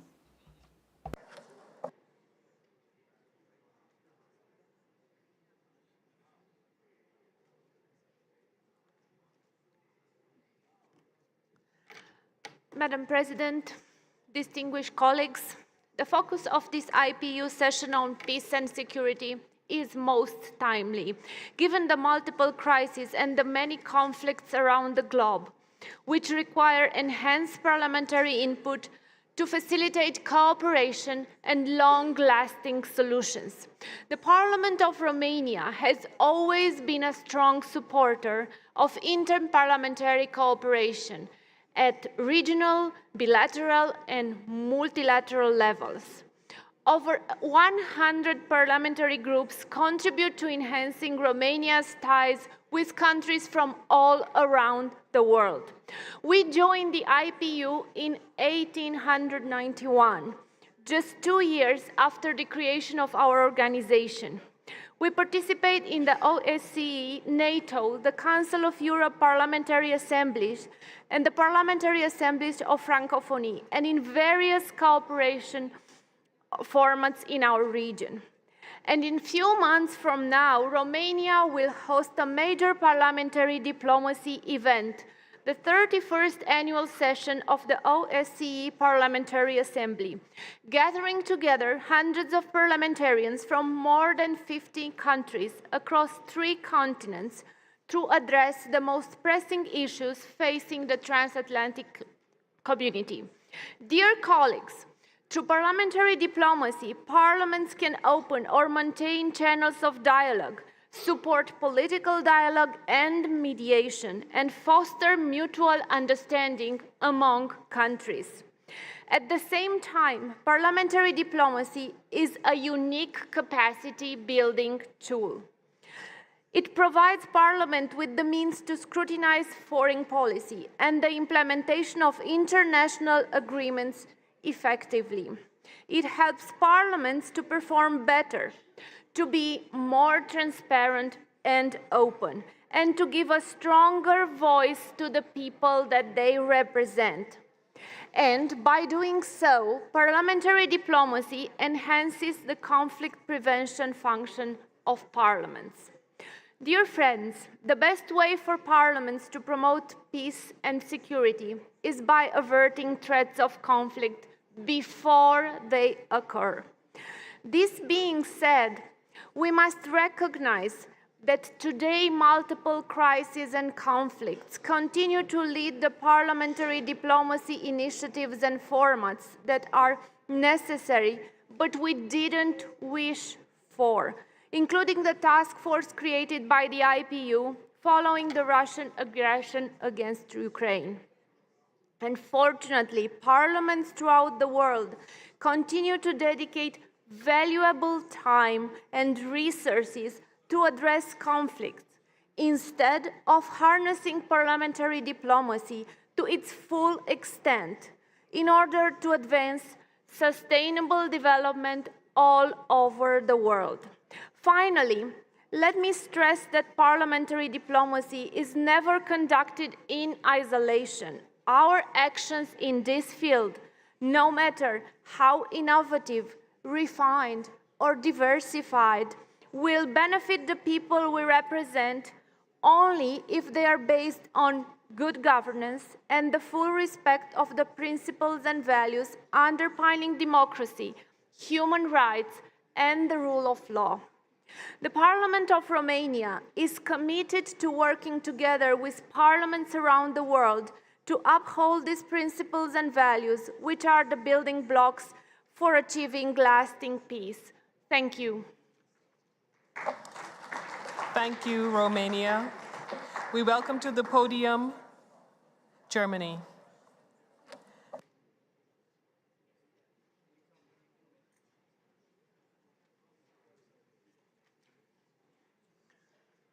Madam Chair, Excellencies, ladies and gentlemen, fellow parliamentarians. Peace is more than the absence of armed conflicts. It encompassed security, the rule of law, and the conditions necessary for individuals, families, and communities to lead fulfilling lives and realize their socio-economic potential. This is the first sentence of our concept notes for this debate, and I think it is a really wise sentence. Actually, by the way, it is just another description of SDG 16, our topic in Luanda. And today's debate is more or less a continuation of our discussions in Angola. Prosperity can only develop in a safe and stable environment. Therefore, we have to tackle conflicts and terror and provide security. Otherwise, no one can plant crops or conduct trades. Prosperity can only develop with reliability and trust. Otherwise, economic perspectives will not develop. To fight poverty will not be possible. In the Committee on Sustainable Development yesterday, we consented a preambular paragraph 18, and I quote, "Every nation is responsible for creating an attractive investment climate that can draw in both domestic and international capital to speed up." And yes, huge investments are necessary for jobs, for the environment, to replace fossil fuels by wind, solar, or hydrogen. Huge investments are necessary. And that will happen only if there is a legal framework which is reliable and regarded stable permanently for years to come. No one should advise others how exactly such a framework should be developed, but it must be reliable. And by talking about experience, sharing experiences, this is already a contribution to parliamentary diplomacy, and we should make use of it. But of course, most important precondition for better life is the absence of armed conflicts. And instead, that exactly is what people had to experience in 56 countries in 2023. Experienced and suffered those armed conflicts. There are conflicts which are in the international news. Russia's war against Ukraine brought enormous suffering to people in the Ukraine and to thousands of families in Russia too. Putin could stop this war within one day. In Gaza, we effectively had a stable ceasefire until October 7 last year. Thousands of Palestinians had jobs in Israel. But this stable ceasefire was terminated by Hamas terror against civilians in Israel. And we did hear impressive reports on this just a couple of minutes ago. The ongoing destruction of Hamas terror infrastructure again causes huge suffering. And we cannot accept this. This war must end. We desperately need sustainable peace in Gaza, Israel, and beyond. And I think there are many more conflicts which are under the radar, but it doesn't matter for people whether they are in the news or not. Being victim of such events occurs to people on grassroots level in many conflicts. And we, as parliamentarians, are in a unique position. We know the grassroots level. We are part of it, and at the same time, we are part of an international network. IPU is a strong pillar of this, and we have a lot of bilateral friendship groups in our parliaments. So it's up to us to bridge gaps, to find compromises and to work on sustainable peace, and to fill the word parliamentarian democracy with life. Let's do it. Thank you. Thank you, Germany. We now welcome to the podium Brazil.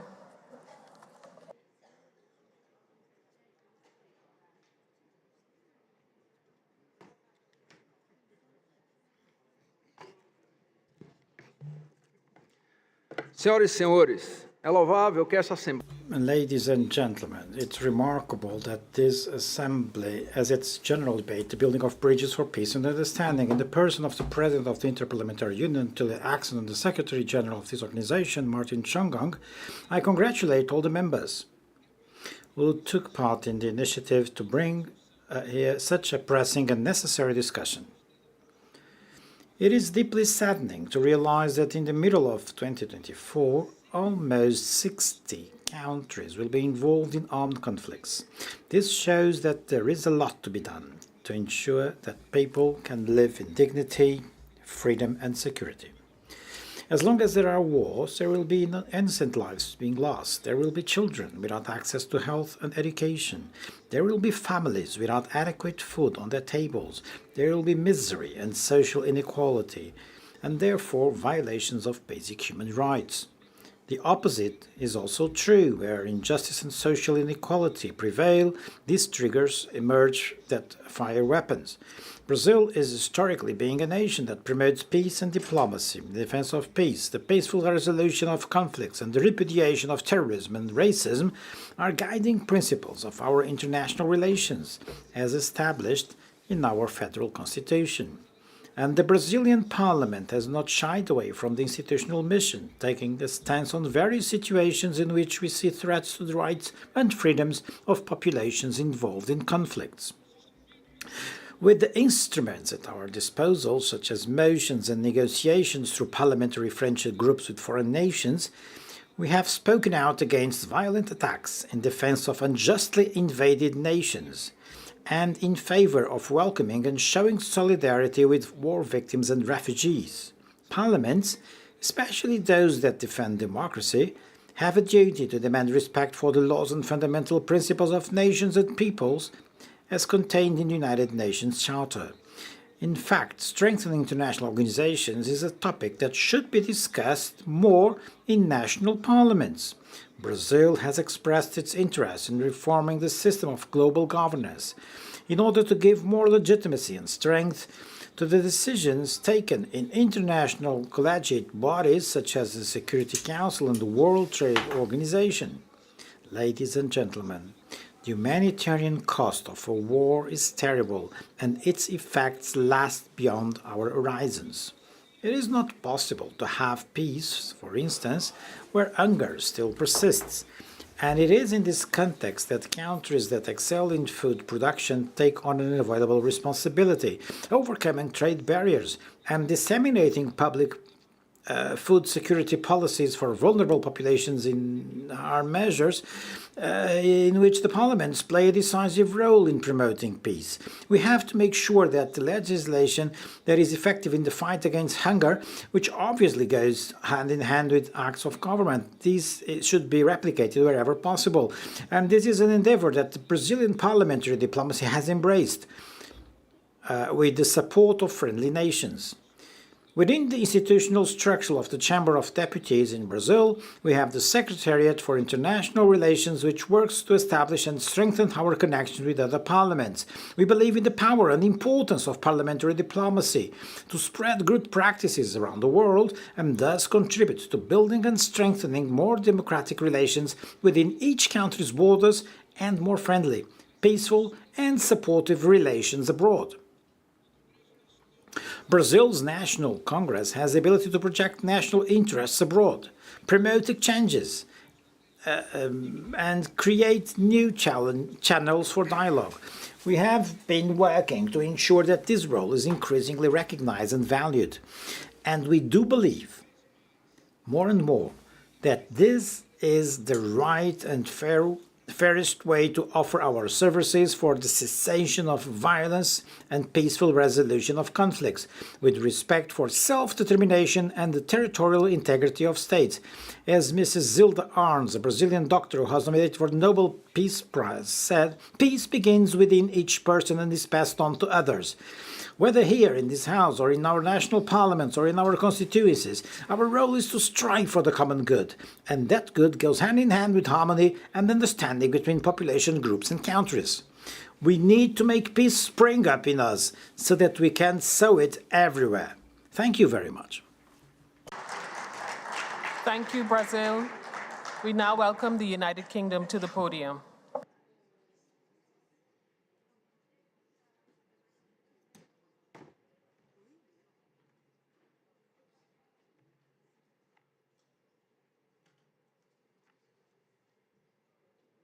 Thank you very much, Madam President. Fellow parliamentarians, the topic of our debate is building bridges. And building bridges is what we do as parliamentarians. It's our bread and butter. It's what we spend our time doing day in, day out, be it on our committees, be it when we're legislating, be it working with ministers. We have to work together. We have to find ways to find compromise, and we have to find ways to build bridges. And when we do, we achieve so much more than if we stand alone, isolated. Successful leaders know compromise is essential. We all know that getting something, even a little bit of something good, is much better than getting nothing of the perfect. We say in English, do not let the perfect be the enemy of the good. And too often, this is the problem. We stand here as parliamentarians, as leaders, and we want the perfect. And we simply cannot have that. We have to build bridges. And the public understand this.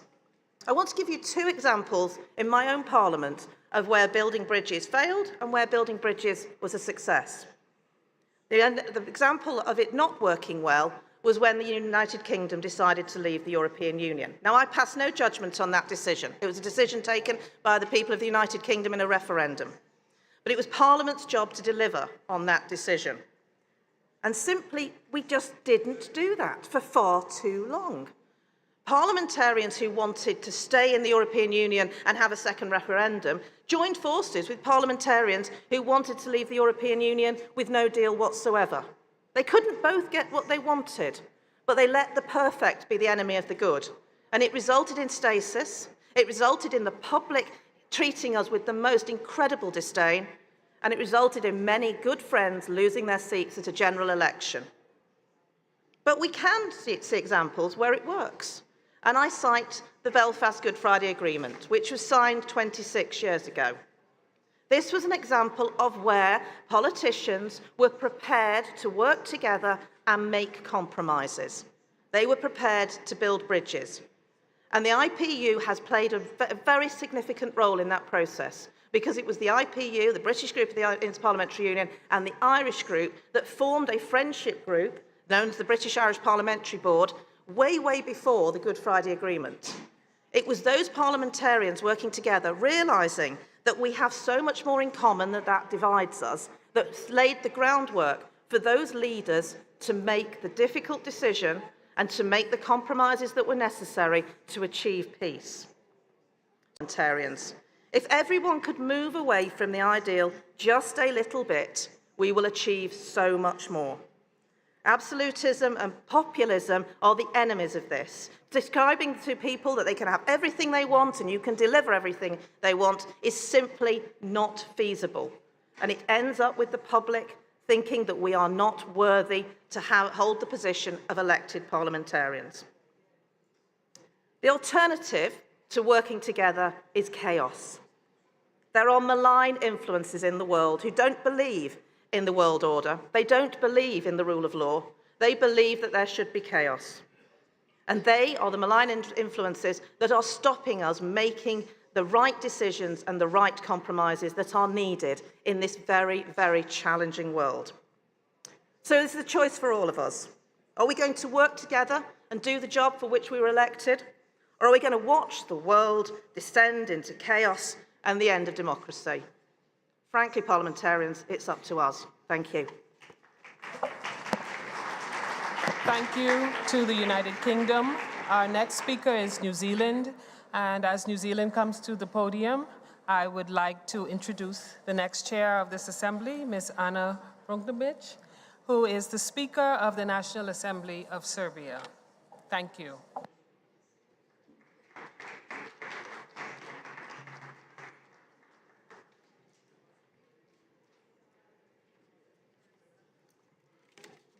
Thank you, Madam President. Well, good afternoon, parliamentarians. My name's Stuart Smith and I'm the Member of Parliament for Kaikoura, which is in the top of the South Island of New Zealand. Parliamentarians across the world have the power to make a real impact. By strengthening regional security, raising awareness of international obligations, scrutinising legislation and condemning violations of international law, we can foster a culture of peace and security. New Zealand holds a distinctive position as a significant regional influencer in the Pacific with a robust democracy. Our commitment to building bridges for peace is deeply ingrained in our national identity. This is further underscored by our active participation in multilateral treaties aimed at promoting peaceful conflict resolution. Our dedication to nuclear disarmament is exemplified by our membership of various disarmament treaties and agreements.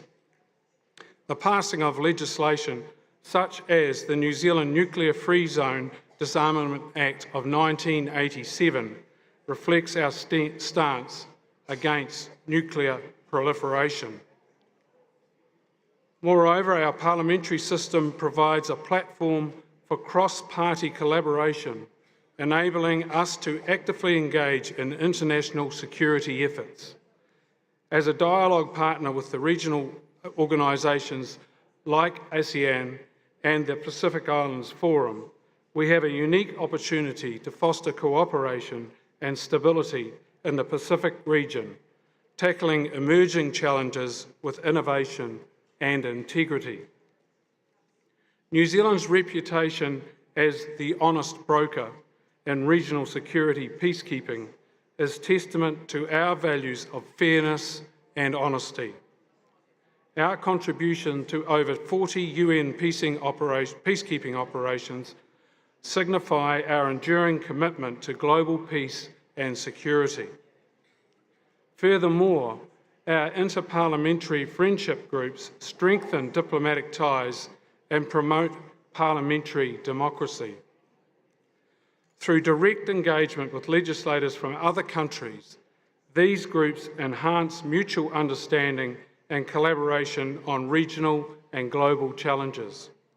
In today's world, cooperation among parliamentarians and with international bodies like the United Nations, is paramount. The ultimate implementers of treaties and legislation, parliaments play a pivotal role in shaping global peace and culture. We should continue to leverage initiatives that uphold the principles of democracy and cooperation on the global stage. Let us embrace collaboration, exchange experiences, and work towards a safer and more peaceful world. Thank you.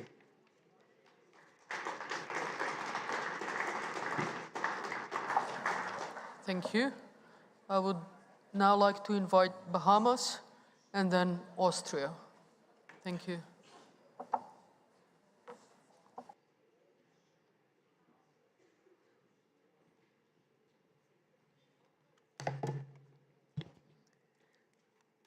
Madam President, our GRULAC and CARICOM colleagues, other distinguished colleagues, we meet today with the knowledge that peace is paramount if we are to make meaningful global progress on the Sustainable Development Goals. We have all seen how the effects of conflict spread like a plague, requiring all nations to come together in the name of world peace. I applaud the IPU Task Force on the peaceful resolution of the war in Ukraine for its effort to foster dialogue between parliamentarians in Ukraine and the Russian Federation. I also note the shared concerns about the ongoing conflict in Israel and the Gaza Strip, as we condemn the acts of terrorism conducted by Hamas, as well as any actions on both sides that infringe upon basic human rights and violate international humanitarian law. As we focus on these conflicts, I ask you to draw your eyes to the West, where conflict is growing with direct repercussions for GRULAC states. In South America, we have brewing tensions between Guyana and Venezuela over the declaration of the Essequibo state as Venezuelan territory. There's an urgent need for dialogue and mediation to prevent further escalation of this very critical situation. I join the sentiments of my colleague from the Dominican Republic. In the Caribbean, there are the ongoing atrocities happening in the Republic of Haiti. Thousands of killings and sexual assaults, as well as widespread poverty and hunger. What we are seeing unfold is a crisis of human suffering. This humanitarian crisis has created an ensuing migrant crisis, which my small nation, as well as other surrounding nations, must now face with little to no support. The Prime Minister of the Bahamas, the Honorable Philip Davis, has worked closely with the wider Caribbean community to explore potential solutions. Our efforts have included the establishment of the Eminent Persons Group, comprised of 3 past Caribbean heads of state, including former Prime Minister of the Bahamas, the Honorable Perry Christie, to hold meetings with stakeholders in an effort to develop a Haiti-led solution to this conflict. There is also the Haitian Multinational Security Support Mission, which the Bahamas has been one of a few Caribbean nations to publicly commit to supporting through training, capacity building, and joint planning exercises with the Haitian National Police. However, the scale of the problem is far greater than the Bahamas, or even a group of Caribbean nations can manage on our own as small island developing states. According to UN estimates, 5.5 million Haitian people are in need of assistance. That is over 10 times larger than my country's total population. 45% of Haiti's 11 million people lack access to clean water. And there is an estimated $674 million needed for immediate support, but only 6% of that goal has been met. The lack of focused global efforts to address the plight of the Haitian people is a travesty. So today, I am inviting fellow parliamentarians to support the advancement of global peace in all regions. As parliamentarians, I believe we are equally positioned to advocate for global action on the world stage and by mobilizing resources within our home countries. The IPU also has the ability to make a difference through its ability to influence discussions and inspire and coordinate action. This organization has never shied away from taking on the big issues like climate change, gender equality, and of course, peace and security issues like we've seen with Russia and Ukraine. I encourage this Assembly to continue to push for world peace in all member parliaments, including among the GRULAC states, with special consideration of the growing tensions between Guyana and Venezuela and the ongoing conflict and suffering in the Republic of Haiti. Thank you.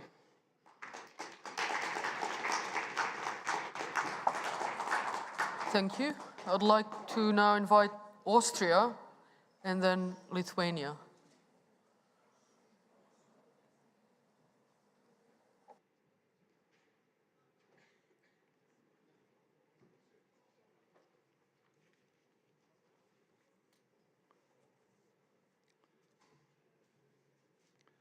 Honorable Chair and Speaker of Serbia, dear colleagues and friends, the current state of international peace and security is alarming. In an era marked by increasing polarization, widespread conflict, and global crisis, our commitment to parliamentary diplomacy is more critical than ever. For me, therefore, it is a disappointment that for the second time we were not able to discuss the situation in Gaza collectively within our framework. The terrorist attack on 7th October 2023 by Hamas-led militants and the humanitarian crisis in Gaza should have been in the center of our emergency item discussion. Let me remind you, in the past, we were able to manage it. We discussed other emergency items like the war in Ukraine, in the Assembly in Kigali, or the serious humanitarian crisis affecting the people in Afghanistan, the Syrian Arab Republic, Ukraine, Yemen, and other countries in Myanmar. We have to overstep our feelings and sometimes frustration and disappointment, though they are justified. Our focus must now be on learning our lessons, maintaining respectful dialogue, and identifying common ground. And I am still optimistic that we can manage it to discuss all these important issues the next IPU Assembly in autumn, that we are able to come back to find a common ground to discuss an emergency item.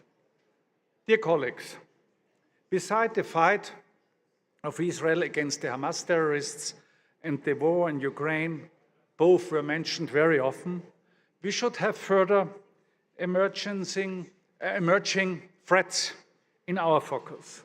Threats including cyber and hybrid crisis, terrorism, and the proliferation of weapons of mass destruction. Additionally, climate change, geopolitical instabilities, and threats to our democratic values. Disinformation and the misuse of artificial intelligence are further issues which complicate the situation and the global stability. In the face of these challenges, parliamentary diplomacy represents a unique and vital tool in our collective efforts to foster global peace and mutual understanding. It goes beyond traditional diplomacy by bringing together the voices of the people represented through us, through elected officials, to engage directly in the international arena. This people-centric approach ensures that pursuit of peace and understanding is not just a top-down endeavor, but a shared responsibility that reflects the will and aspiration of the global community. We see the founding year of Interparliamentary Union, 1889, as the birth year of parliamentary diplomacy. Since that time, parliamentarians came together, and year by year, parliaments and our foreign policy activities have increased significantly. Parliamentary diplomacy has become important, and also when we look at UN, more and more UN is involving parliamentarians in its work. And with the Interparliamentary Union as historical pioneer, the Austrian Parliament always was committed to support this work.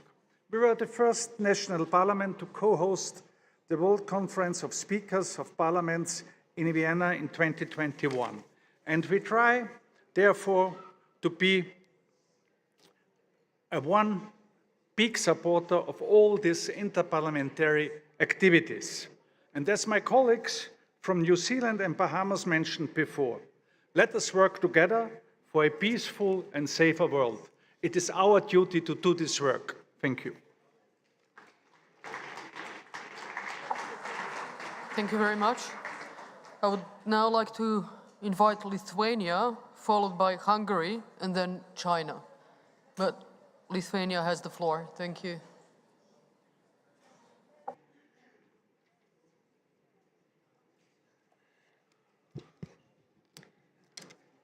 Madam President, Speakers of Parliament, colleagues, it's a pleasure to be here today with you. Peace is at the heart of both our societies and the international community. Meanwhile, understanding is central to peace. These are the two major conditions for the future of every state. As democratically elected parliamentarians, we have to take responsibility and act.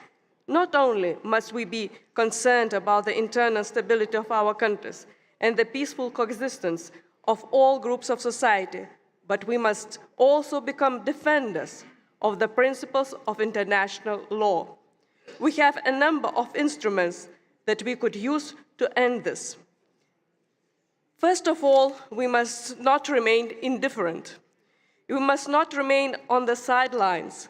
We must underscore the critical importance of a unified international response to uphold the principles of the UN Charter and defend the integrity of the rules-based order. Our support for the sovereignty of each country must be unwavering, and our support for a country defending its sovereign, internationally recognized territory should go without saying. At the same time, we must realize that no conflict, whatever it takes place geographically, is far away from us, as we all feel the consequences of every conflict. Lithuania is an European country and only 400 kilometers away from Ukraine and Russia's illegal war of aggression against Ukraine. We can see the consequences of its brutal war in the eyes of every Ukrainian war refugee we meet in Lithuania. You are feeling the consequences of this war too. Russia's hindering of Ukraine's export through the Black Sea ports puts pressure on the vulnerable across the globe. This disrupts people's life and increases migration flows. Today, Ukraine is not only fighting for its own country. Russia's illegal war of aggression against Ukraine is a manifest violation of the UN charters, which poses an acute challenge of global peace and security. As we do not remain indifferent to those who suffer, we must also take absolute action against the aggressor. International isolation must be enforced first and foremost. The aggressor cannot be allowed to participate in international forums on an equal footing, nor have the privilege of exercising the right of veto. Parliamentary diplomacy may not be the most powerful weapon in this context, but it can be really effective and impactful if we all work together. Most parliaments have a tradition of creating parliamentary friendship groups with other parliaments. Parliamentary friendship groups are the simplest means of establishing parliamentary context and decreasing understanding. The next step is cooperation in specific areas. All parliaments have committees and commissions responsible for specific areas. Cooperation at this level creates added value by enabling the sharing of experience and ideas. Development cooperation adds similar values, not only in terms of increasing understanding, but also in terms of bringing about improvement. All of these measures show that we have the tools to communicate and increase the understanding, leading to peace. All we need is the will and effort that we, as parliamentarians, can demonstrate. Ačiū.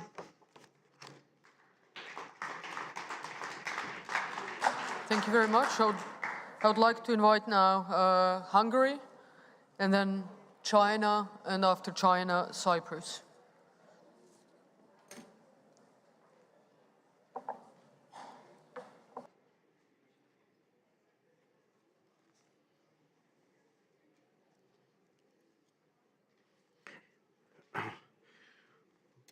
Madam President, ladies and gentlemen, dear colleagues, the face-to-face parliamentary meetings or events as a personal contact are able to build bridges and give possibilities to deeper understanding of our negotiating partners' interests and perspectives, and the different opinions might govern each other.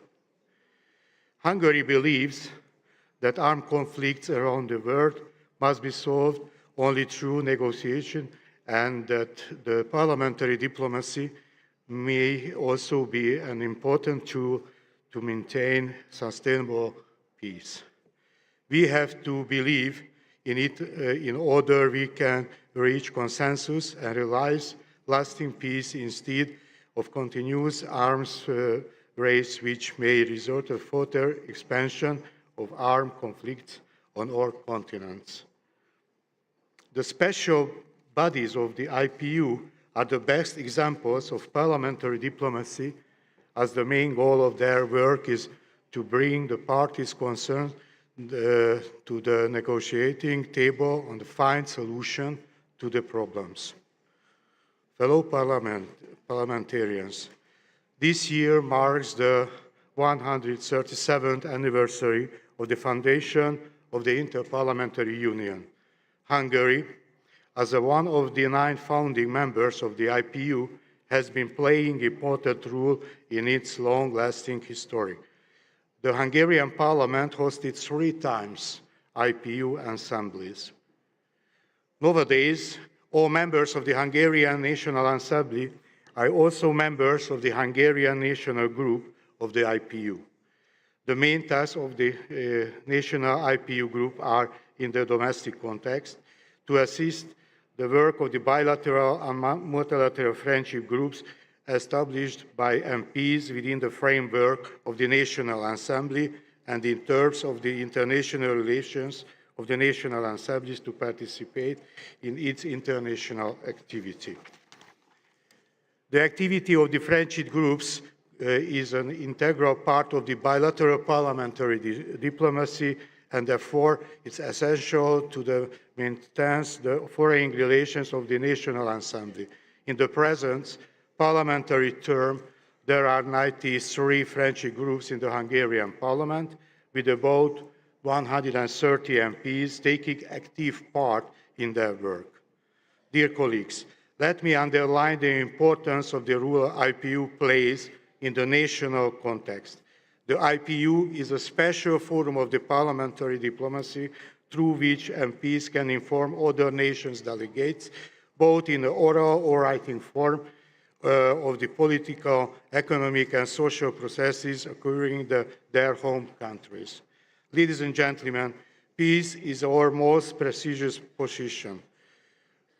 It allows us to build resilient, exclusive societies that the rights of the most vulnerable and minorities are respected, and it can foster to sustainable development and strengthening of democracy institutions.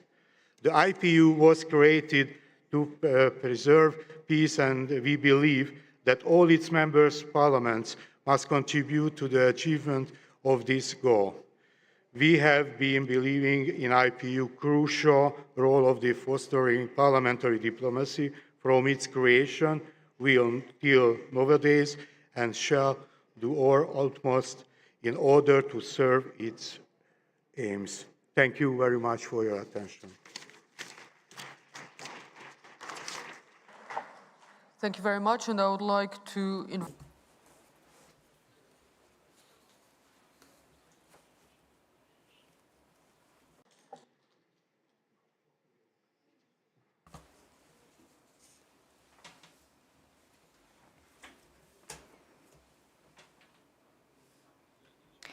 Madam President, dear colleagues, it gives me great pleasure to attend the 148th IPU Assembly here in Geneva. On the devastating terrorist attack in Moscow, China is deeply shocked by the great loss of lives. And China opposes any form of terrorism and it strongly condemns terrorist attacks. We wish to send condolences to the victims and sympathies to the injured and the bereaved family. This assembly themes on parliamentary diplomacy, building bridges for peace and understanding, and focuses its topics on climate change and AI, reflecting the common aspiration of parliaments around the world and a call by the international community for parliamentary diplomacy for enduring global peace and security.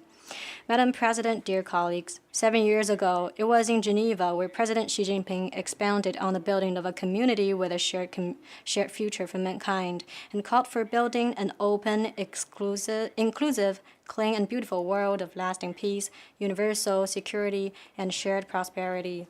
President Xi Jinping put forth the Global Development Initiative, Global Security Initiative, and Global Civilization Initiative, which have been received widely and coincide with the theme of the Assembly.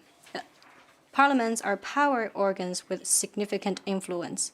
The IPU stands as an important platform for promoting friendly exchanges between parliaments. And China calls for the following. First, striving for an equal and orderly multipolar world and following the true path of multilateralism. All countries, big or small, should be treated equally.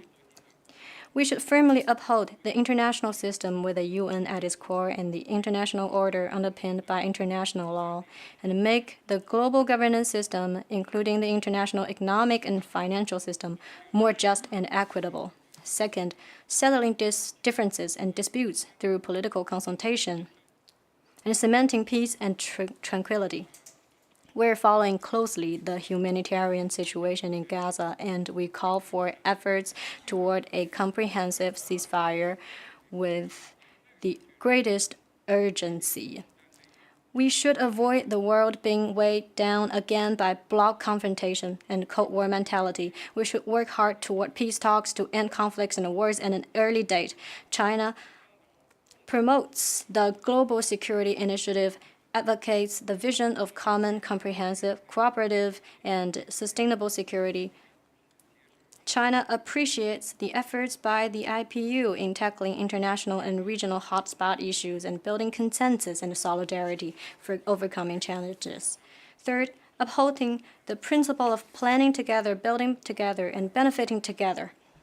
China supports the IPU in aligning its development agenda with the 2030 Agenda. The Global Development Initiative proposed by China just serves to build global consensus to accelerate the implementation of the 2030 Agenda and make economic globalization more open, inclusive, universally beneficial, and balanced. Fourth, embracing equality, mutual learning, dialogue, and inclusiveness to cultivate affinity among peoples. China put forth the Global Civilization Initiative, believing that no civilization is superior to others, thus none should force their values or models upon others, and all should coexist in peace and harmony. Parliaments should leverage their unique strength to promote exchanges in education, science, and technology, culture, and so on to boost people-to-people exchanges. Madam President, dear colleagues, China will grow fast, which will bring more benefits to the world. China will continue to be a stabilizing force for global growth and work with all parts to build a community with a shared future for mankind. Thank you. Thank you very much. And I would like to now invite Cyprus and then Burkina Faso.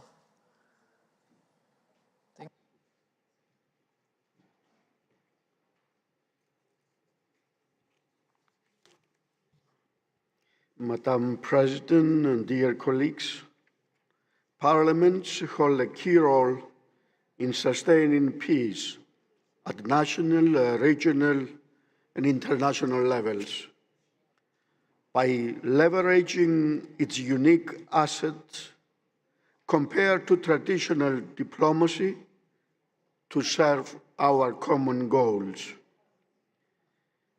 In light of unprecedented challenges by the ongoing war in Ukraine and the war in Gaza, parliaments must play a more robust role in international relations. As they are not bound by the formal negotiating mandates, parliamentarians can play an important role in conveying political messages and establishing communication channels. A strong and effective international legal framework with the United Nations at its center is necessary for preserving global peace and security. The input that parliaments can provide to global deliberations and United Nations processes is very essential towards inclusive decision-making that reflects the concerns and the best interests of all citizens. Dear colleagues, there is no doubt that violations of international law constitute the heaviest blow to our joint efforts to safeguard peace and security in our universe. Even more alarming is the logic of double standards demonstrated by the international community. Should such a logic not prevail and Turkey were to be held accountable for its illegal invasion and continuing occupation of over 1/3 of Cyprus territory, the Cyprus problem would not have persisted for over half a century. Instead, Turkey's claim for a two-state solution, coupled with its escalating provocations and illegal actions on the ground and within Cyprus' exclusive economic zone, point Turkey's total disregard of international law being tolerated. We, the Greek Cypriot community, will do our best for a just and a viable settlement of the Cyprus problem on the basis of bizonal, bicommunal federation that will reunify our country in conditions of lasting peace and security to the benefit of the whole people of Cyprus, Turkish Cypriots and Greek Cypriots, Turkey itself, and the wider region. Madam President, dear colleagues, thank you very much for your attention. Thank you. Thank you very much. I would like to now invite representative of Burkina Faso, and then followed by Gambia, and then Angola. So now Burkina Faso.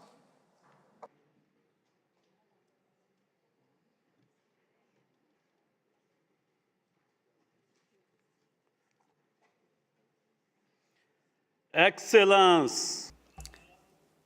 Your Excellencies, Madam President of the IPU, Mr. Secretary General, fellow parliamentarians, ladies and gentlemen.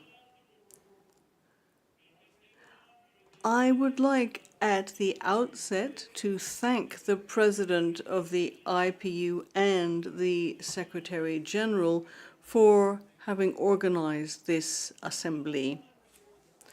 Madam President, I bring you warm greetings from the Speaker of the Transitional Assembly of Burkina Faso.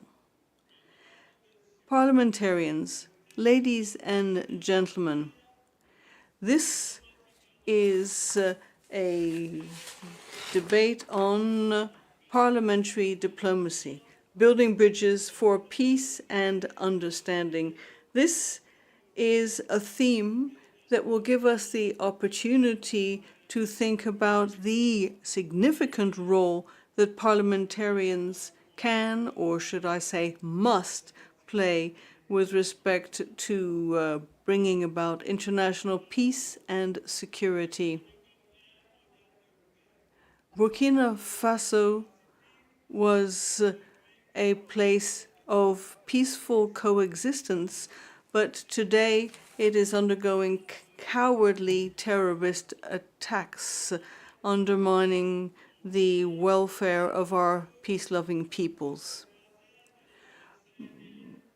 Burkina Faso and its neighbors, Mali and Niger in the Sahel, are dealing with terrorist attacks causing thousands of military and civilian victims. And as a result, we have a worrying humanitarian crisis. That is why this theme seems all the more relevant. We certainly hope that diplomacy will play its full role in dispute settlement in the Sahel. Peace and stability in this area is vital for the whole region, for Africa, and indeed for the whole world. Colleagues, ladies and gentlemen, we often say that peace is the fruit of men's labors, and it is indeed true that war is also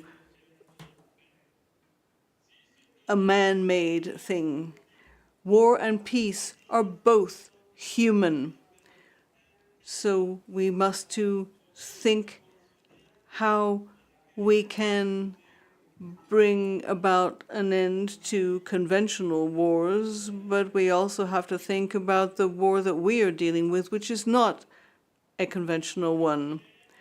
With the technological means that some major powers have, and given the speed with which these powers were able to locate terrorists in their territory and outside their country, we can see that there is some commitment, or we hope there is, to helping our countries finish with these terrorists.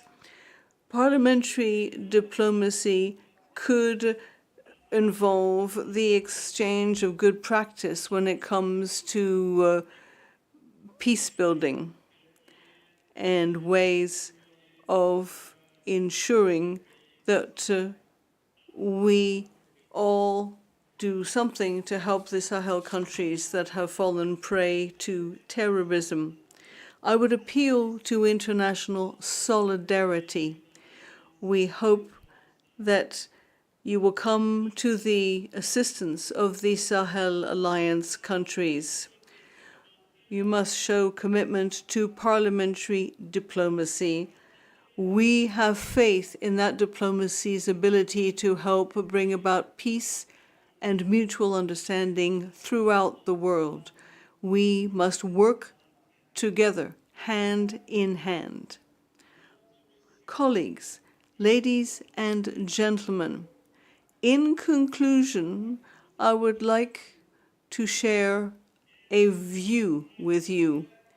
There will be no world peace if somewhere one country, be it the weakest and the smallest of states, is not at peace.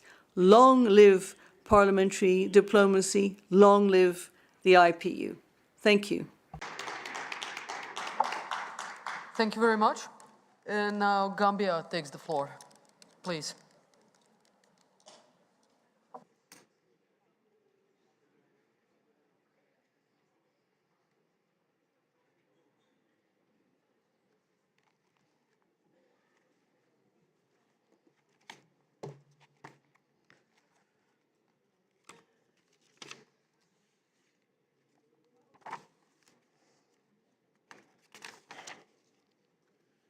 Madam President, the theme for this session is timely and pertinent.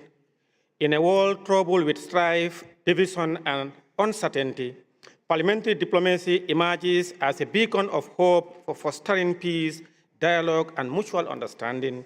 Now more than ever, we are summoned to transcend our differences, bridge divides, and chart a course towards a more harmonious and an interconnected global community.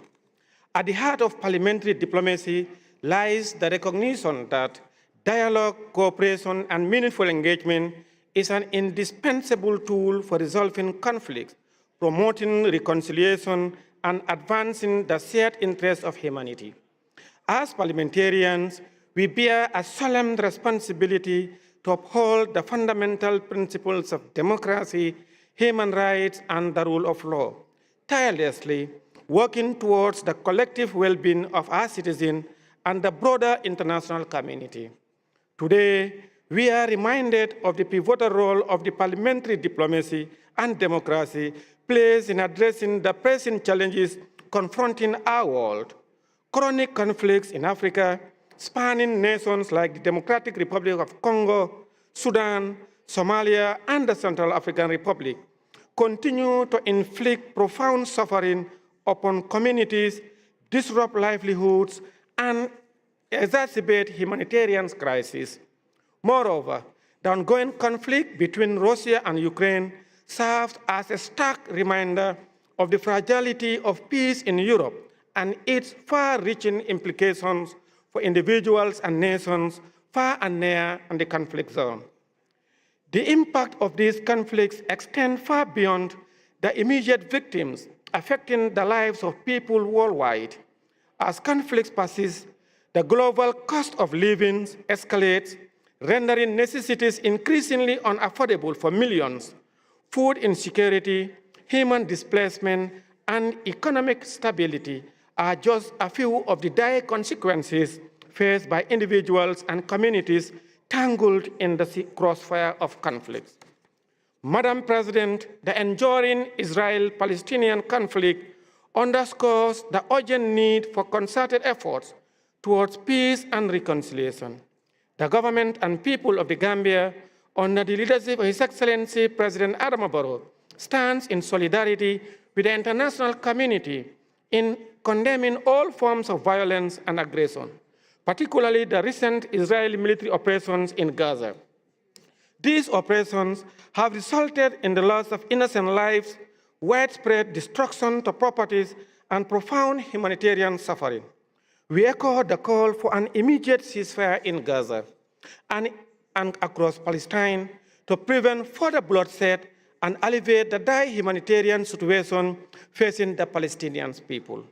It is imperative to acknowledge that the root causes of the Israeli-Palestinian conflict are entrenched in decades of forceful occupation, displacement, and denial of basic fundamental rights to the Palestinian people.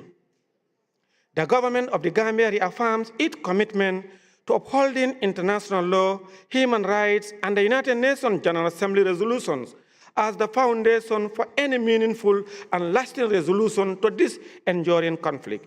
My delegation and I call on the United Nations Security Council to act positively and pass a unified resolution to condemn Israel and end the war. In this vein, we emphasize the importance of accountability and justice for all parties responsible for violence of international law and human rights. The government of the Gambia calls for thorough and impartial investigations into alleged atrocities committed during the recent military operations in Gaza, with a view to holding perpetrators accountable and ensuring justice for the victims.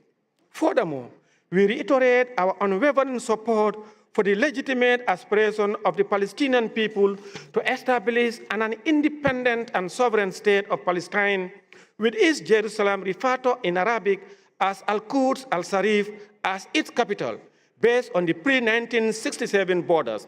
We urge the international community to redouble its effort to facilitate a comprehensive and inclusive peace process that addresses the root causes of the conflict with a view of ensuring a just and durable solution.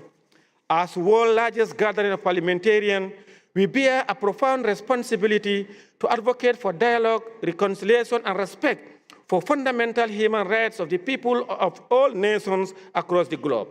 The recent submission of the Gambia to the International Court of Justice serves as a powerful testament to our commitment as a nation to upholding international law and promoting peace and justice.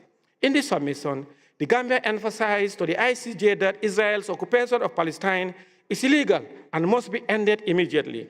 This underscores the importance of addressing ongoing conflicts through international legal channels and collective action, through parliamentary diplomacy and collective engagement as manifested in the very core principles of IPU. We can build bridges that foster understanding, tolerance, and cooperation among others. In conclusion, Madam President, thank you. You may all agree that since the formation of the IPU in 1889, parliamentary diplomacy has proven to be a powerful tool for resolving conflict and promoting dialogue. For example, in 1994 and 1988, the Parliament of South Africa and that of Northern Ireland have engaged parliamentary diplomacy and successfully ended what was in their countries. In conclusion, let us reaffirm our unflinching commitment to the principles of peace, justice, and equality for all peoples and nations. Together, let us endeavor towards a future where the aspiration of the Palestinian people for freedom, dignity, and self-determination are realized, and where all parties are held accountable for their actions under international law. I thank you all. Thank you very much. I'm mindful of the time. The next is Angola. Thank you.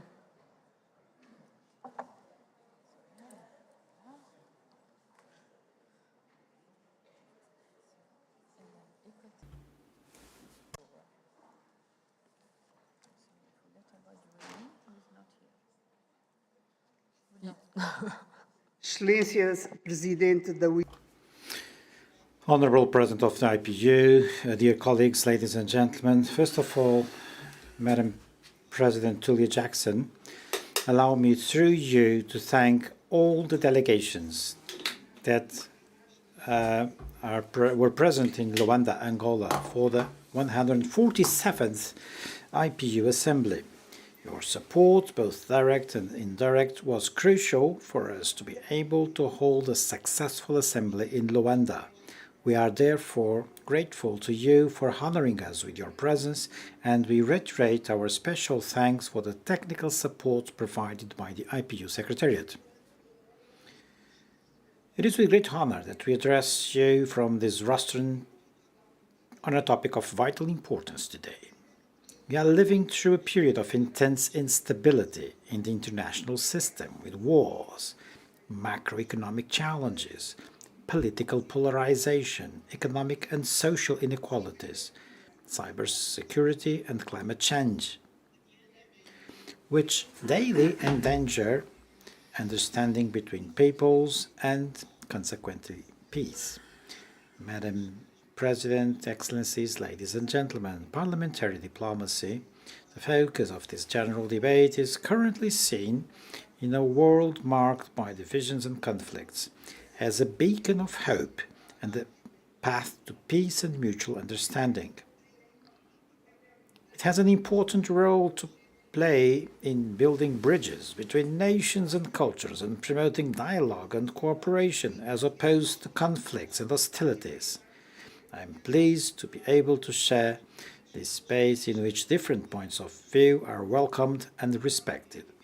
In our understanding, as legislators, we have a responsibility to cultivate relationships of understanding and search for balance in order to promote international peace and security, thus materializing one of the objectives set out in the Charter of the United Nations.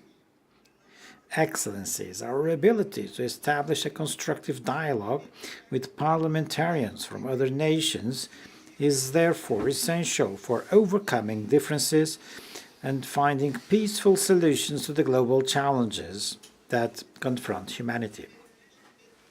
It is manifestly clear that no state alone is powerful enough to deal unilaterally with such challenges, including international terrorism, environmental preservation, international trade, and major endemic diseases.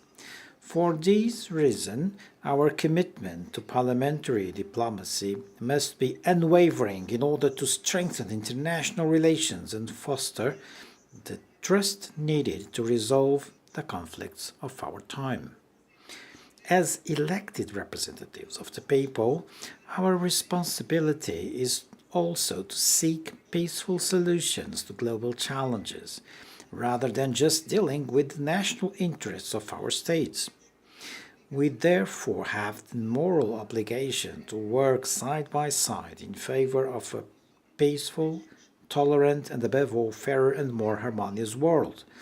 Indeed, it is important to recognize that Africa is still the scene of conflict, which significantly undermines the realization of the needs of its peoples and constrains the achievement of the Sustainable Development Goals. Therefore, it's only fair to emphasize the commitment of His Excellency the President of the Republic of Angola, João Manuel Gonçalves Lourenço, to the search of increasingly participatory and inclusive forms of governance that contribute to the achievement of a national culture of peace and the peaceful continent, namely under the scope of the International Conference on the Great Lakes. And for this reason, the African Union awarded President João Lourenço the title of Champion for Peace and Conciliation in Africa. Excellencies, ladies and gentlemen, let's make a pact to work together to strengthen democratic institutions, fighting corruption, promoting gender equality, and protecting human and people's rights.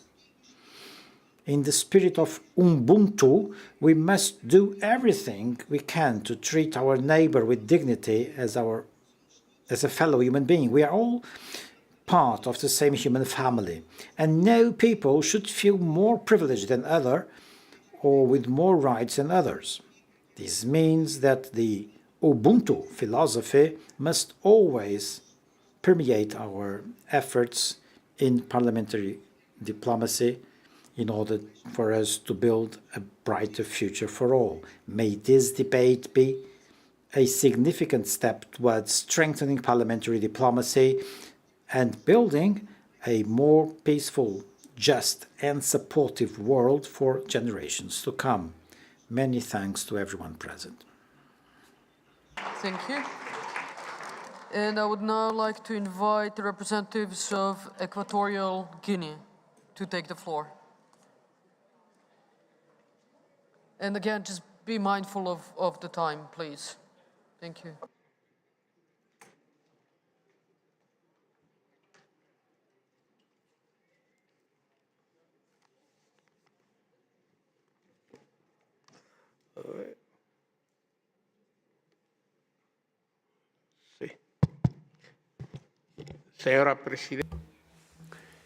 Madam President, distinguished delegates, the 148th Interparliamentary Assembly is another opportunity for all participating delegations to share experiences and important reflections under the title of the general debate, Parliamentary Diplomacy, Building Bridges for Peace and Understanding. That's why, on behalf of the Parliament of Equatorial Guinea, I'd like to begin by expressing our sincere gratitude to the Swiss Parliament and people, and indeed to the IPU, for the excellent way in which they have organized this assembly. The Equatorial Guinea Parliament expresses its concern for the various crises facing humanity today as a result of the political polarization of our societies, hate speech, geopolitical confrontations between major powers, climate change, environmental pollution, armed conflicts, and the list goes on. And this prevents and impedes the normal development of humanity, particularly undermining international peace and security. That's why we believe we need to find institutional and international solutions by using parliamentary diplomacy. Parliamentary diplomacy has proven to be a new tool in parliamentary activity, and it's enabled parliaments to use that diplomacy to try to build bridges to promote peace and understanding at national and international levels. The Parliament of Equatorial Guinea supports the foreign policy of our president and head of state, which aims to strengthen relations with friendly countries and international organizations with a view to promoting peace and understanding among countries. We believe that parliamentary diplomacy could be more useful by promoting the following activities: a respect for human rights and an attempt to build more inclusive societies. 2, cooperation with religious organizations and leaders. 3, women's empowerment and youth empowerment. 4, alliances among parliaments and interparliamentary organizations. 5, the participation of parliaments in disarmament processes within the United Nations, if they were to be part of national or parliamentary delegations. And there, we believe there are good practices in the Parliament of Equatorial Guinea in its parliamentary diplomacy. For instance, there have been friends groups set up with parliamentarians in other countries in order to promote the exchange of experiences. When you are part of interparliamentary structures at the regional and international levels, like the IPU, we have contacts with Pan-African Parliament, the CIMAC Parliamentary Assembly, and the joint ACP-EU Parliamentary Assembly, and the CPLP, Portuguese-speaking countries Parliamentary Assembly, and the network of women parliamentarians. The Parliament of Equatorial Guinea believes that parliamentary diplomacy is very important, and therefore in the recent legislature it has stepped up high-level visits to other parliaments around the world, and signing memorandums of understanding, for example, with a view to building bridges with other parliaments, promoting peace and understanding. And with that, I conclude my intervention, and I wish every success to our deliberations. Thank you. Thank you very much. And I would now like to invite Andorra, please. And then followed by Mali.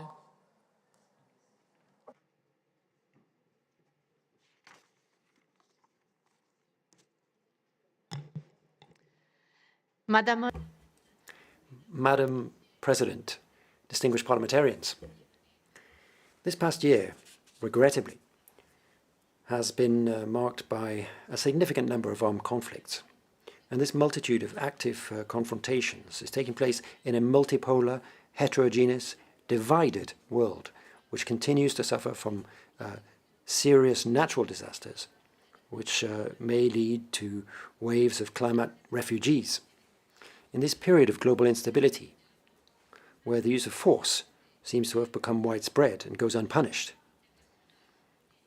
where international law has been seriously eroded, it's more than ever necessary to support the IPU's proposal to make 2024 a year of peace and international security, and in particular, to take steps as parliamentarians to try to contribute to that noble objective.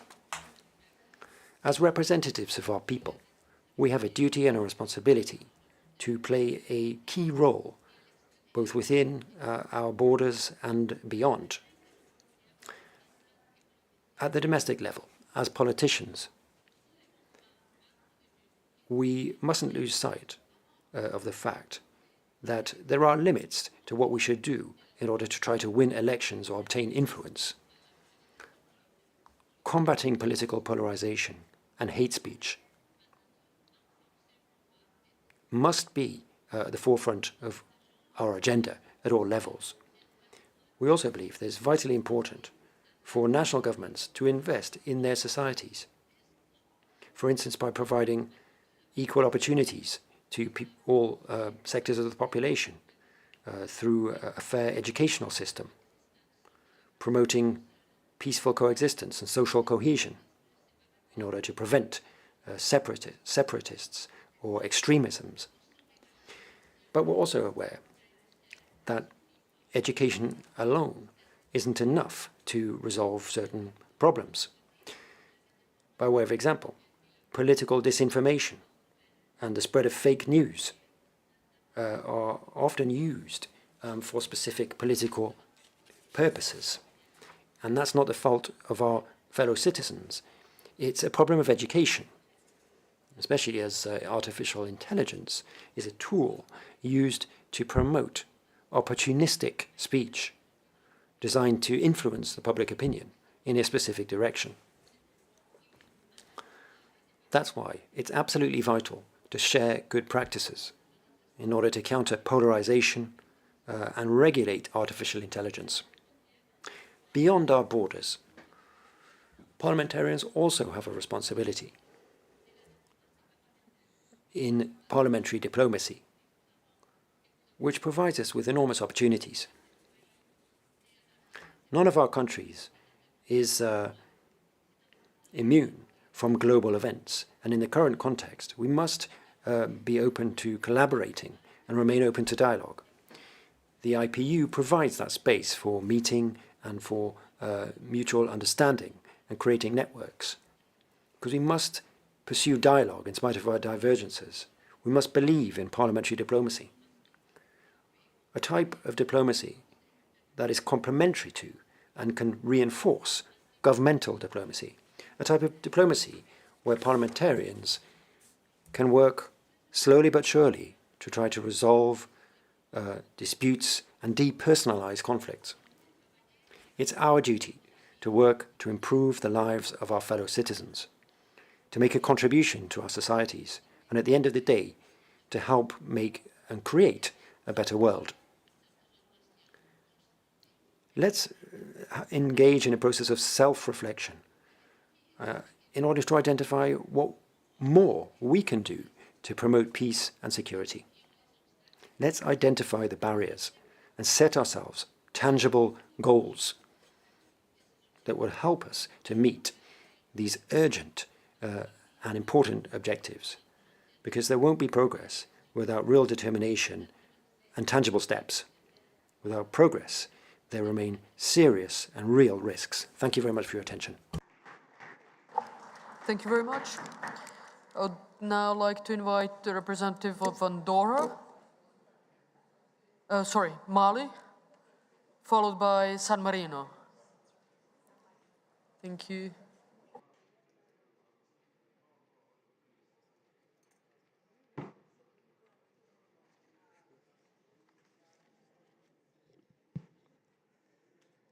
Madame la Présidente. Madam President, well done, and congratulations on your well-deserved election. Distinguished participants, all protocol observed. Ladies and gentlemen, on behalf of the highest transitional authorities in Mali and His Excellency Colonel Assimi Goïta, President of the Transition and Head of State, and on behalf of Colonel Maliki Diaw, Speaker of the National Transitional Council, who I am representing here at the IPU Assembly, who, thanks to God, has enabled us to attend this session. Chair, distinguished guests, this Interparliamentary Assembly is taking place at a time of serious geopolitical and security tensions. And parliamentarians have a key role to play in helping to build peace and prevent conflicts. Peace is a precondition for development. Ladies and gentlemen, the theme of this general debate, parliamentary diplomacy, building bridges for peace and understanding, is a very interesting one. And it demonstrates our common determination to contribute to peace building and building international security through peaceful steps.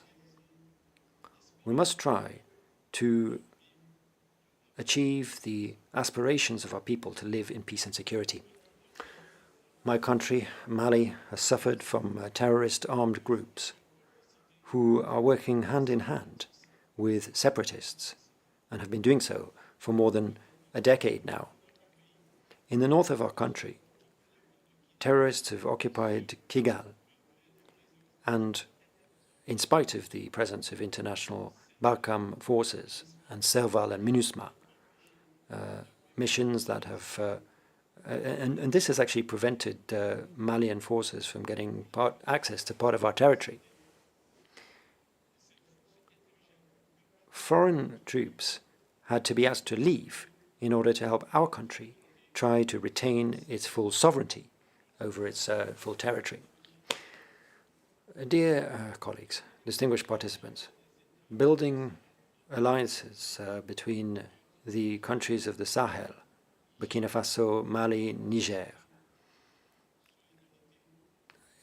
responds to the need to show solidarity to try to combat terrorism and promote economic, social, and cultural development in the region.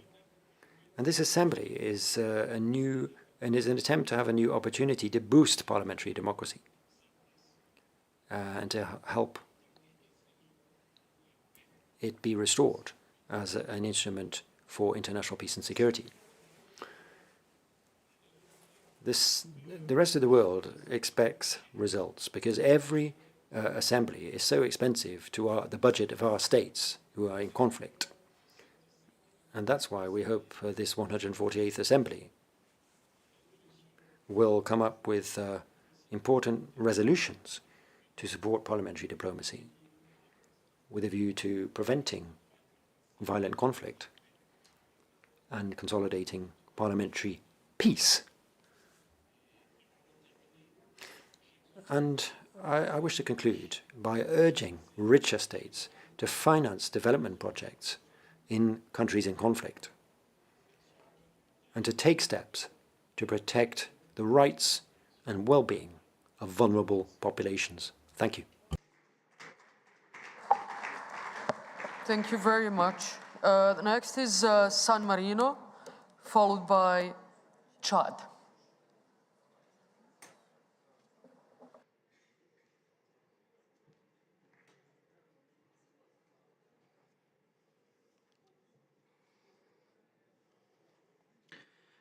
Madam President, Madam Secretary, colleagues, ladies and gentlemen, in these last troubled years, the Parliament of the Republic of San Marino has distinguished itself in its wide commitment and contribution to maintain international peace and security. This has been realized with accurate, concrete and unanimous political acts that were aimed at providing solutions to the existing conflicts, which still ruin a peaceful international coexistence. Our Parliament expressed resolutely not only on the current armed conflicts, such as in Ukraine and Israel and Palestine territories, but also on the political conflicts that have been neglected by many, but which are instead still very serious, as the case of the tragic and illogical division undergone by the small state within the European Union, Cyprus. Our delegates, whatever party they represent, are always acting in every international context to support a global dialogue. This is shown also throughout a constant participation to the electoral observation mission that are aimed at guaranteeing fundamental democratic procedures in every state. Our Parliament has always unanimously confirmed both all financial contribution to international organizations and to other peacekeeping missions. The Parliament of San Marino has always promptly ratified all the treaties signed by the government, including the Arms Trade Treaty signed in New York on 2 April 2013, unanimously supporting the sacredness of respecting international commitments. These are clearly fundamental good practice that our Parliament has developed in the exercise of this diplomatic function, regardless of its pro-tempore composition. In addition to these efforts towards the foreign affairs, with our commitment at an international level, there are other actions carried out internationally involving San Marino society. In this regard, it is sufficient to remember that our Parliament supports a strategic concept where possible to repudiate the use of the force for the resolution of disputes, including state disputes. By virtue of this concept, San Marino is on its way to becoming the first state in the world without prisons. By eliminating the prison system in favor of more profitable alternative mazes, we are indicating an innovative and foresighted path. In other words, we choose a process of re-education of the convinced person rather than use detention, obviously with full and absolute guarantees for the crime victim. This is consistent with our Republican history. In this regard, I wish you to remember that the Republic of San Marino is the first state to have abolished the death penalty in 1865. Our Parliament is therefore at the forefront in concretely supporting the affirmation for restorative justice as an alternative method for an open and inclusive protective society, the liberal democratic one, in which we believe. This principle is an essential basis, certainly not the only one, to prevent and face any social polarization. It is with such concrete commitment that the Parliament of San Marino fulfills its government responsibility, supporting peace and security between states, in addition to democracy and freedom within our state. It is the shared and prevalent belief in our Parliament that these are the necessary, although not sufficient, conditions to promote a peaceful coexistence both in national and international society. Again, ladies and gentlemen, our commitment can perhaps be summed up in a simple idea by Ortega y Gasset. Civilization is nothing other than the attempt to reduce force to ultima ratio. Thanks.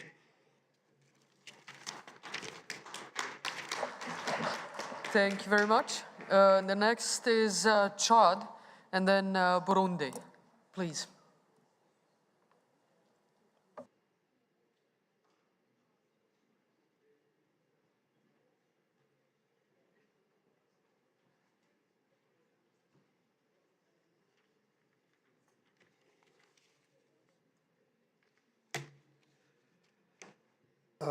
Madam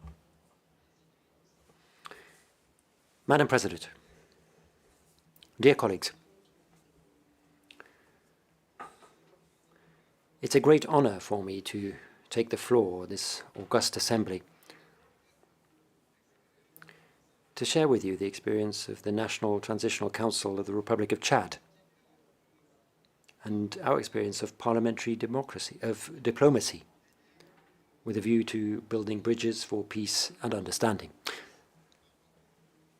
But allow me to begin by expressing the apologies of the President, Dr. Arun Kabadi of our National Transitional Council, who personally wanted to attend this assembly, but because of an overburdened agenda, was unable to come to Geneva.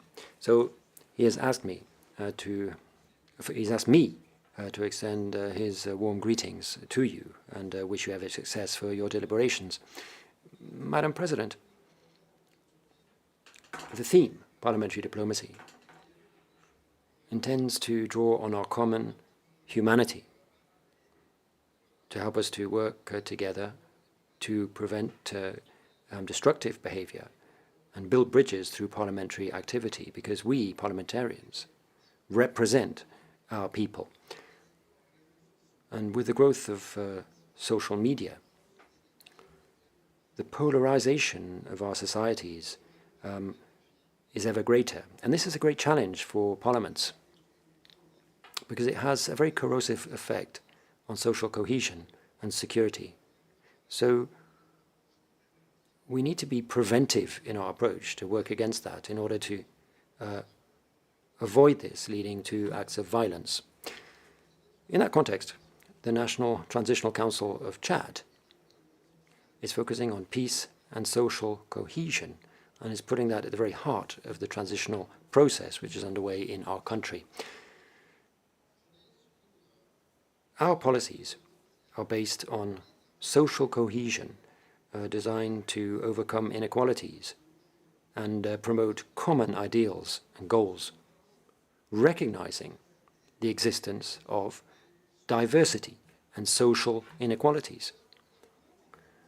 That's why our policy of social cohesion has a role in creating social peace.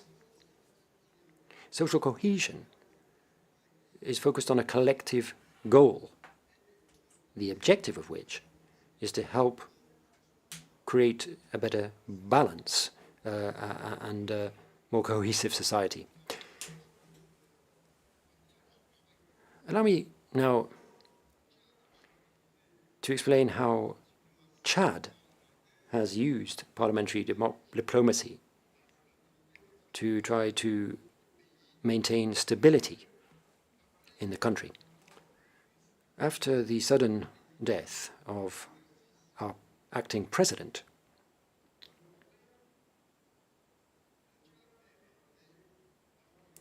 Chad moved into a transitional regime. And its parliamentary diplomacy had three main tools: the president of the transition himself, parliamentary organizations, and friends groups. Now, with regard to the president of the council, once the acting president passed away, he called, the new transitional president called on all ambassadors to have a meeting and discuss some important issues and get their views on the transition. And he asked ambassadors of other countries what their views were of the transition in order to seek their support in returning to our constitutional order. The president in transition participated personally in a number of conferences in an attempt to express the position of Chad on this ongoing transition.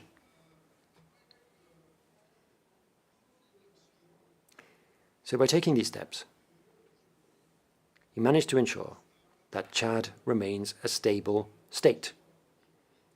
And we are going through this transitional process, and on the 6th of May there will be presidential elections in order to ensure a return to the constitutional order.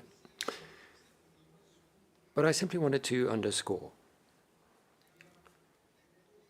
that you also have an armed conflict in neighboring Sudan, which has led to significant numbers of refugees arriving in Chad.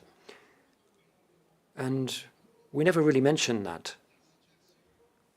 But the situation in Sudan has had a very damaging impact on my country, Chad.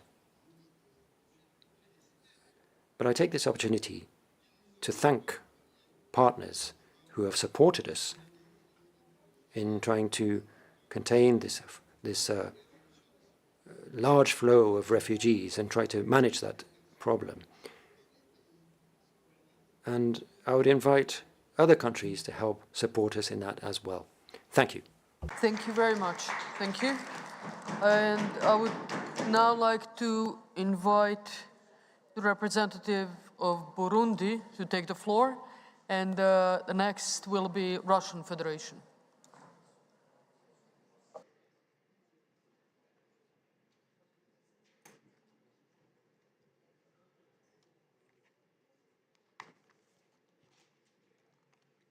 Merci, Madame la. Thank you, Madam President. Delegates, ladies and gentlemen, at the outset, I would like to take the opportunity to thank the President of the IPU for giving me the floor. I join those who have already taken the floor to join in this general debate. This debate will certainly help ensure that parliamentary diplomacy will serve the interests of peace and help our parliaments and the people we represent to better serve their wishes. This is indeed one of the responsibilities of parliamentary representation.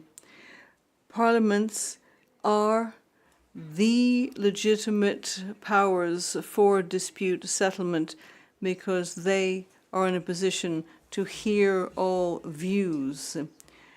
Efforts to build peace nationally must extend nationally, regionally and internationally in order to ensure that people live together in peace. The Burundi Parliament often carries out visits to ensure that citizens understand the importance of social cohesion, particularly when it comes to community development. Meetings between elected parliamentarians and their voters provide an ideal opportunity for a better understanding of the situation in the country and possible sources of tension. The Parliament is also most open to ties with other parliaments.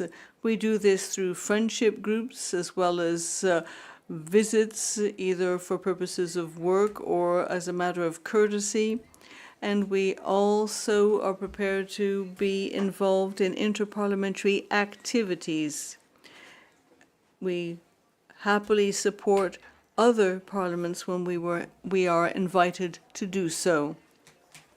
All of this work has a twofold purpose. First of all, it's a matter of drawing other parliaments' attention and other people's attention to the realities of our political situation as well as our history and our economy. Such ties with the outsiders also enables us to better understand other peoples, and this can serve to dispel prejudice or incomprehension, problems that can lead to tensions between countries. Parliamentary diplomacy for Burundi is a way of reaching out to friends and partners, as well as giving a hand when we are needed. By way of illustration, let me say the following. The IPU supported Burundi in the 2015 post-electoral period. The country underwent major political tensions at that time.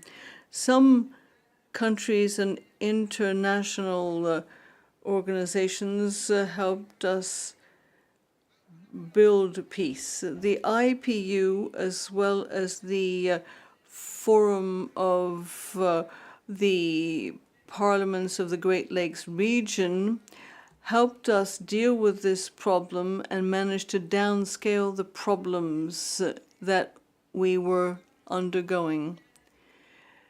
Our parliament supports other people during their elections. We send observer missions, for instance, where we are welcome.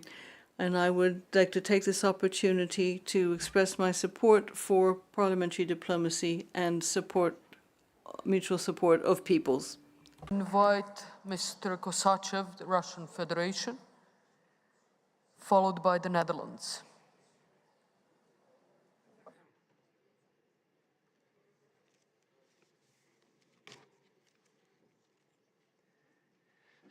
Dear Madam Chairpersons, colleagues, yesterday morning our plenary started with a minute of silence commemorating those who passed away or were killed in terror attacks. Among them are victims of a terrible terror attack right now in Moscow region, with at least 137 people dead, and this number will definitely increase.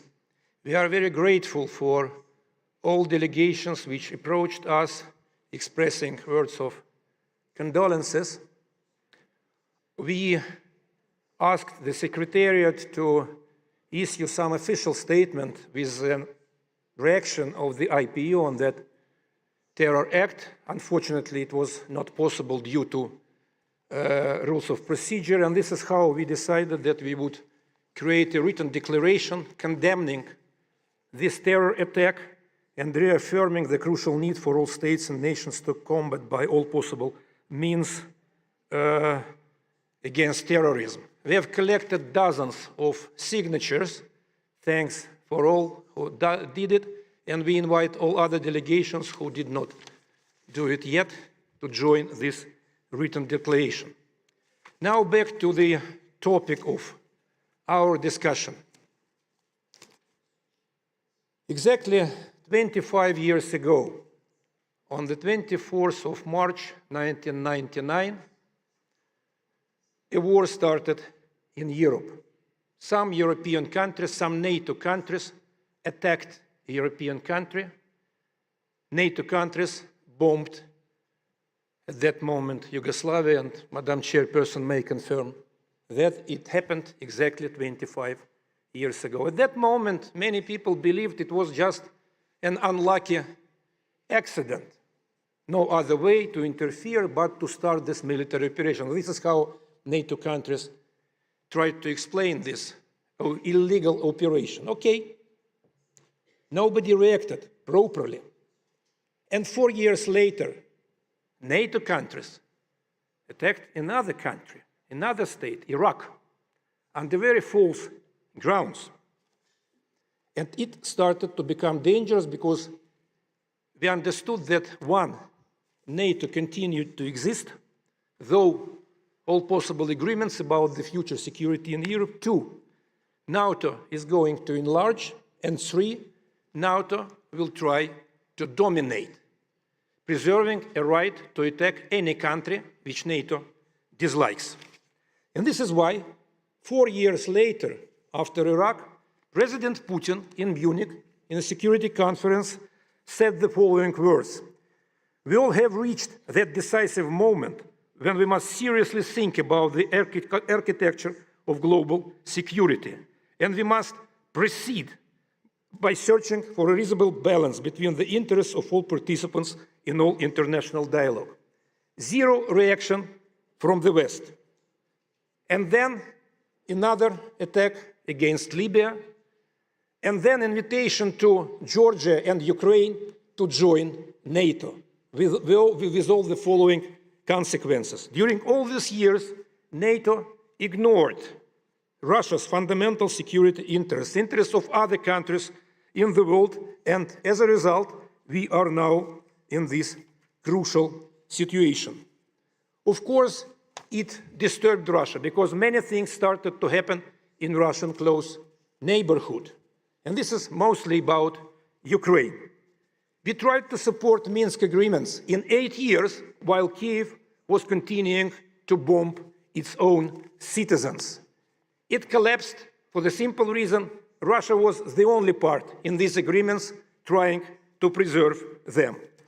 At the end of 2029, we proposed security arrangements to the NATO countries. It was totally ignored, and same happened in March 2022 when certain NATO countries literally prohibited Ukraine to start negotiating peace with Russia. Despite all that, Russia is ready to build bridges for the sake of peace and mutual understanding. We are committed to the spirit of Geneva, the city where conflicts ended and the most important international conventions were developed. But what is important? It is so important to pay attention to the protection of the principle of the supremacy of international law. No rule-based order should be relevant because no rules exist, and each and every country which uses this word combination has to confirm that there are no rules, but each time this group of countries decides what is right and what is wrong, and which people has the right for self-determination, like people of Kosovo, for example, and which people does not have this right, like the people of Crimea. My dear friends, we are very much concerned about what is happening in terms of security in Europe. And believe me, Russia is definitely not the problem.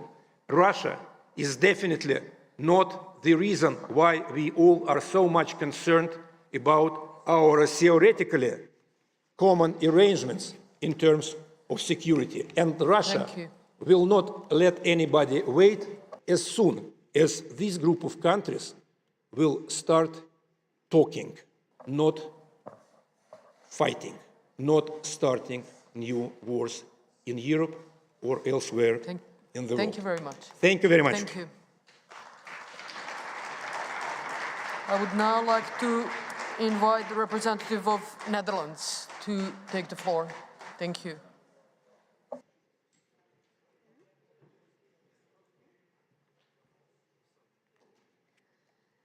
Thank you, Chair. I am honored to stand here before you, particularly to talk about such a pressing issue and talking about building bridges. It's evident that we are facing numerous of challenges on a global scale. The ongoing conflicts worldwide serve as a reminder to the fragility of peace and stability in our world. However, these armed conflicts are just one facet of the crisis we are confronting. We are also grappling with the looming threat of climate change, which jeopardizes the lives and homes of countless individuals every day.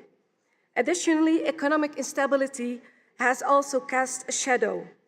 Moreover, the rise of anti-institutional extremism is a great threat to the credibility of governments worldwide, undermining trust at times when it needed the most.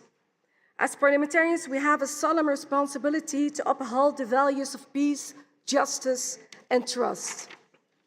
The Hague, our political capital, is renowned internationally as a city of peace and justice, hosting many organizations dedicated to promoting these ideals. From the International Court of Justice to the Permanent Court of Arbitration, thousands of experts in international law and governance converge here to share their expertise and work towards a more just world. Peace is not merely the absence of armed conflicts. It includes security, the rule of law, and the conditions necessary for individuals, for families and communities to thrive. It is necessary to stand up for the most vulnerable among us and to combat discrimination and hatred in all its forms. Yet, even as we strive to uphold these principles, we are confronted with a troubling reality within our own country, the threat of AI intelligence. It has recently come to light that on an explicit website, images of well-known Dutch women, including parliamentarians, are being abused in deepfake videos created using AI technology. These deepfakes represent a terrible form of manipulation and violation, perpetuating harmful stereotypes and undermining the integrity of our society. As parliamentarians, we cannot allow women, children, and also men to be victimized by the abuse of AI technology. The Dutch government is taking steps to fight this issue, with legislation and sexual offenses being approved in the Senate to combat this. Of course, this is not only a Dutch problem, but a global problem. However, legislative action only is not enough. We must come together as a community to denounce these actions and support the victims and stop harassment. Furthermore, I call upon the international community to join us in condemning the misuse of AI intelligence to manipulate and undermine women, children, and also men. Together, we must enact global measures to prevent and punish such abuses and fight for the rights and dignity for all individuals. Thank you. Thank you very much. Now I would like to invite Sweden, and then we finish with Estonia for today. The representative of Sweden, please take the floor.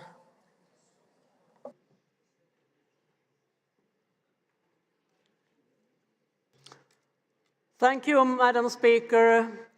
Ladies and gentlemen, colleagues, it's late, but we are near to close this daily of the session in IPU. I appreciate this opportunity to meet, especially in these troubled times when we are facing several challenging issues at the same time, be it climate change, poverty, food insecurity, war, conflicts, but also terror. I believe that the exchange of ideas, thoughts, and experiences is vital.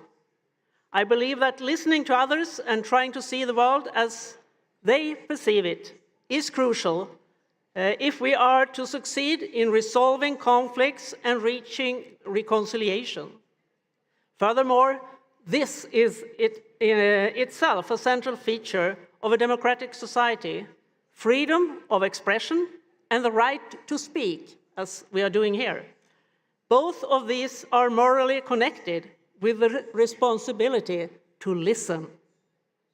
This is the essence of democracy: listening to other people's arguments and trying to see things from their point of view, showing tolerance and respect for one another.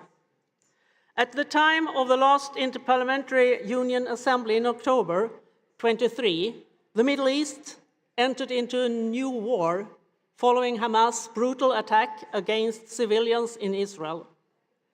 The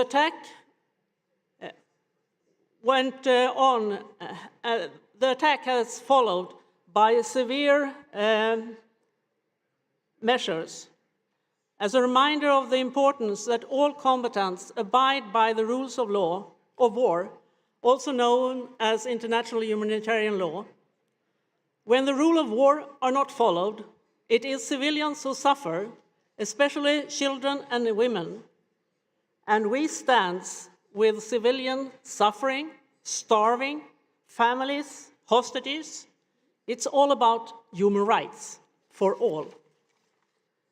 Meanwhile, Russia's full-scale invasion of Ukraine continues.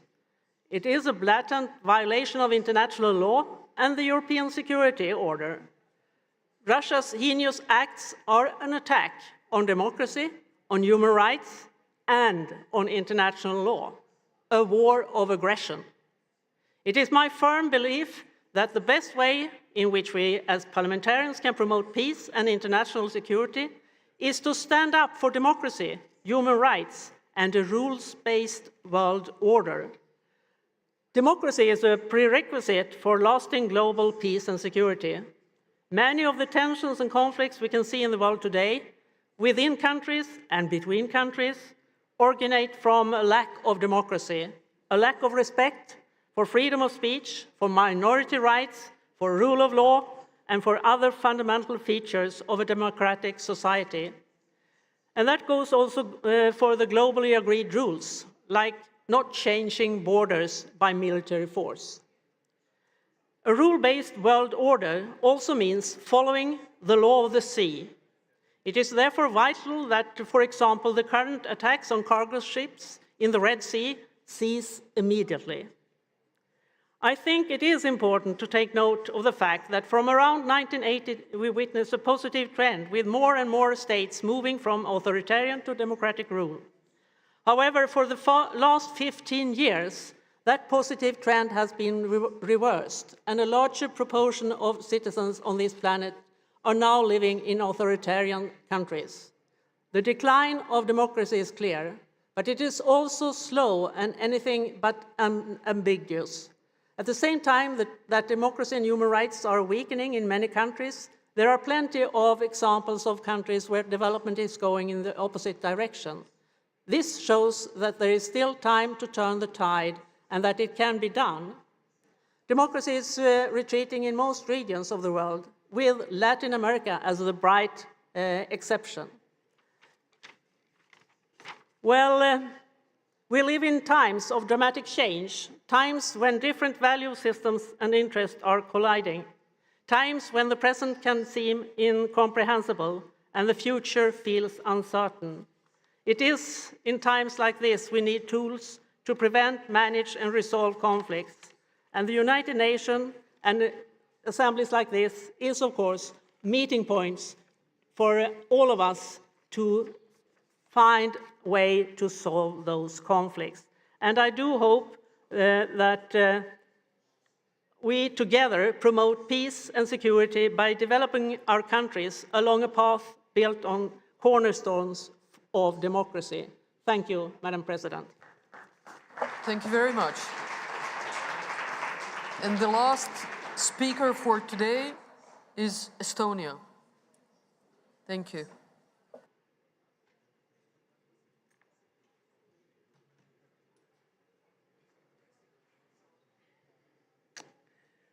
Distinguished Chair, dear colleagues, honorable hosts.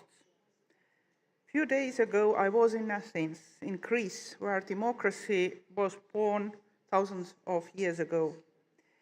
Women political leaders around the globe gathered in Athens to discuss issues related to democracy in the 21st century. It would be good to have the same atmosphere here in IPU as well. Also coming from very different backgrounds, having different political views and very wide range of problems in our countries, we had a lot of common to discuss. It was not only the matter of women representation. We discussed about IA, social media, role of political parties in democracy, conflicts, and so on. We all understood that the most important task for politicians is the obligation to look to the future and set the path so that life of those we represent, our voters and citizens of our countries, would be better.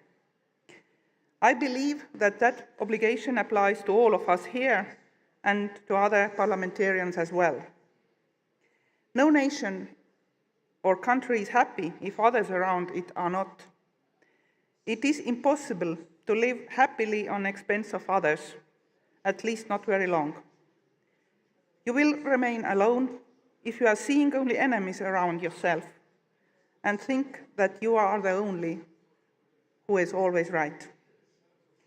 However, it is possible to learn from others and work together to solve complex problems and big crises. sharing experiences, explaining our past and burdens, finding understanding can be done more easily in the frame that only parliamentarians can provide. Be it in a session of a parliamentary assembly, visit of parliamentary friendship group to our respective country.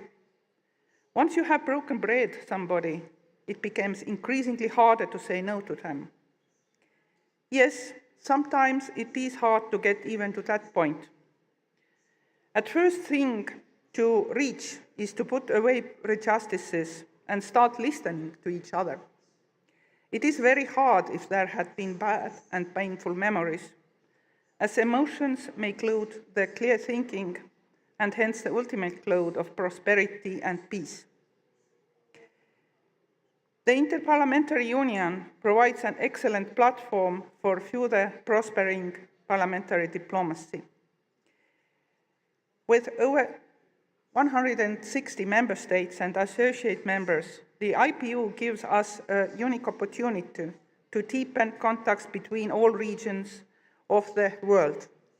Here, we can collaborate with parliamentarians from other countries, address shared diplomatic challenges, and promote cooperation. We can build bridges to fill gaps between governments and citizens and strengthen international relations. Building diplomatic relationships based on mutual respect and cooperation can pave the way for lasting peace. I would like to conclude borrowing words of English poet, priest, and member of the parliament John Donne. No man is an island entire of itself. Every man is a piece of the continent, a part of the main. We tend to forget this simple and born of truth until facing a serious challenge and rediscovering the need to cooperate. Thank you for your attention. Thank you very much. This concludes our today's debate, and we resume tomorrow at 9 o'clock in the morning, and I would like to give and send special thanks to all of the interpreters on everyone's behalf. They've really done fantastic work. Thank you very much, everyone.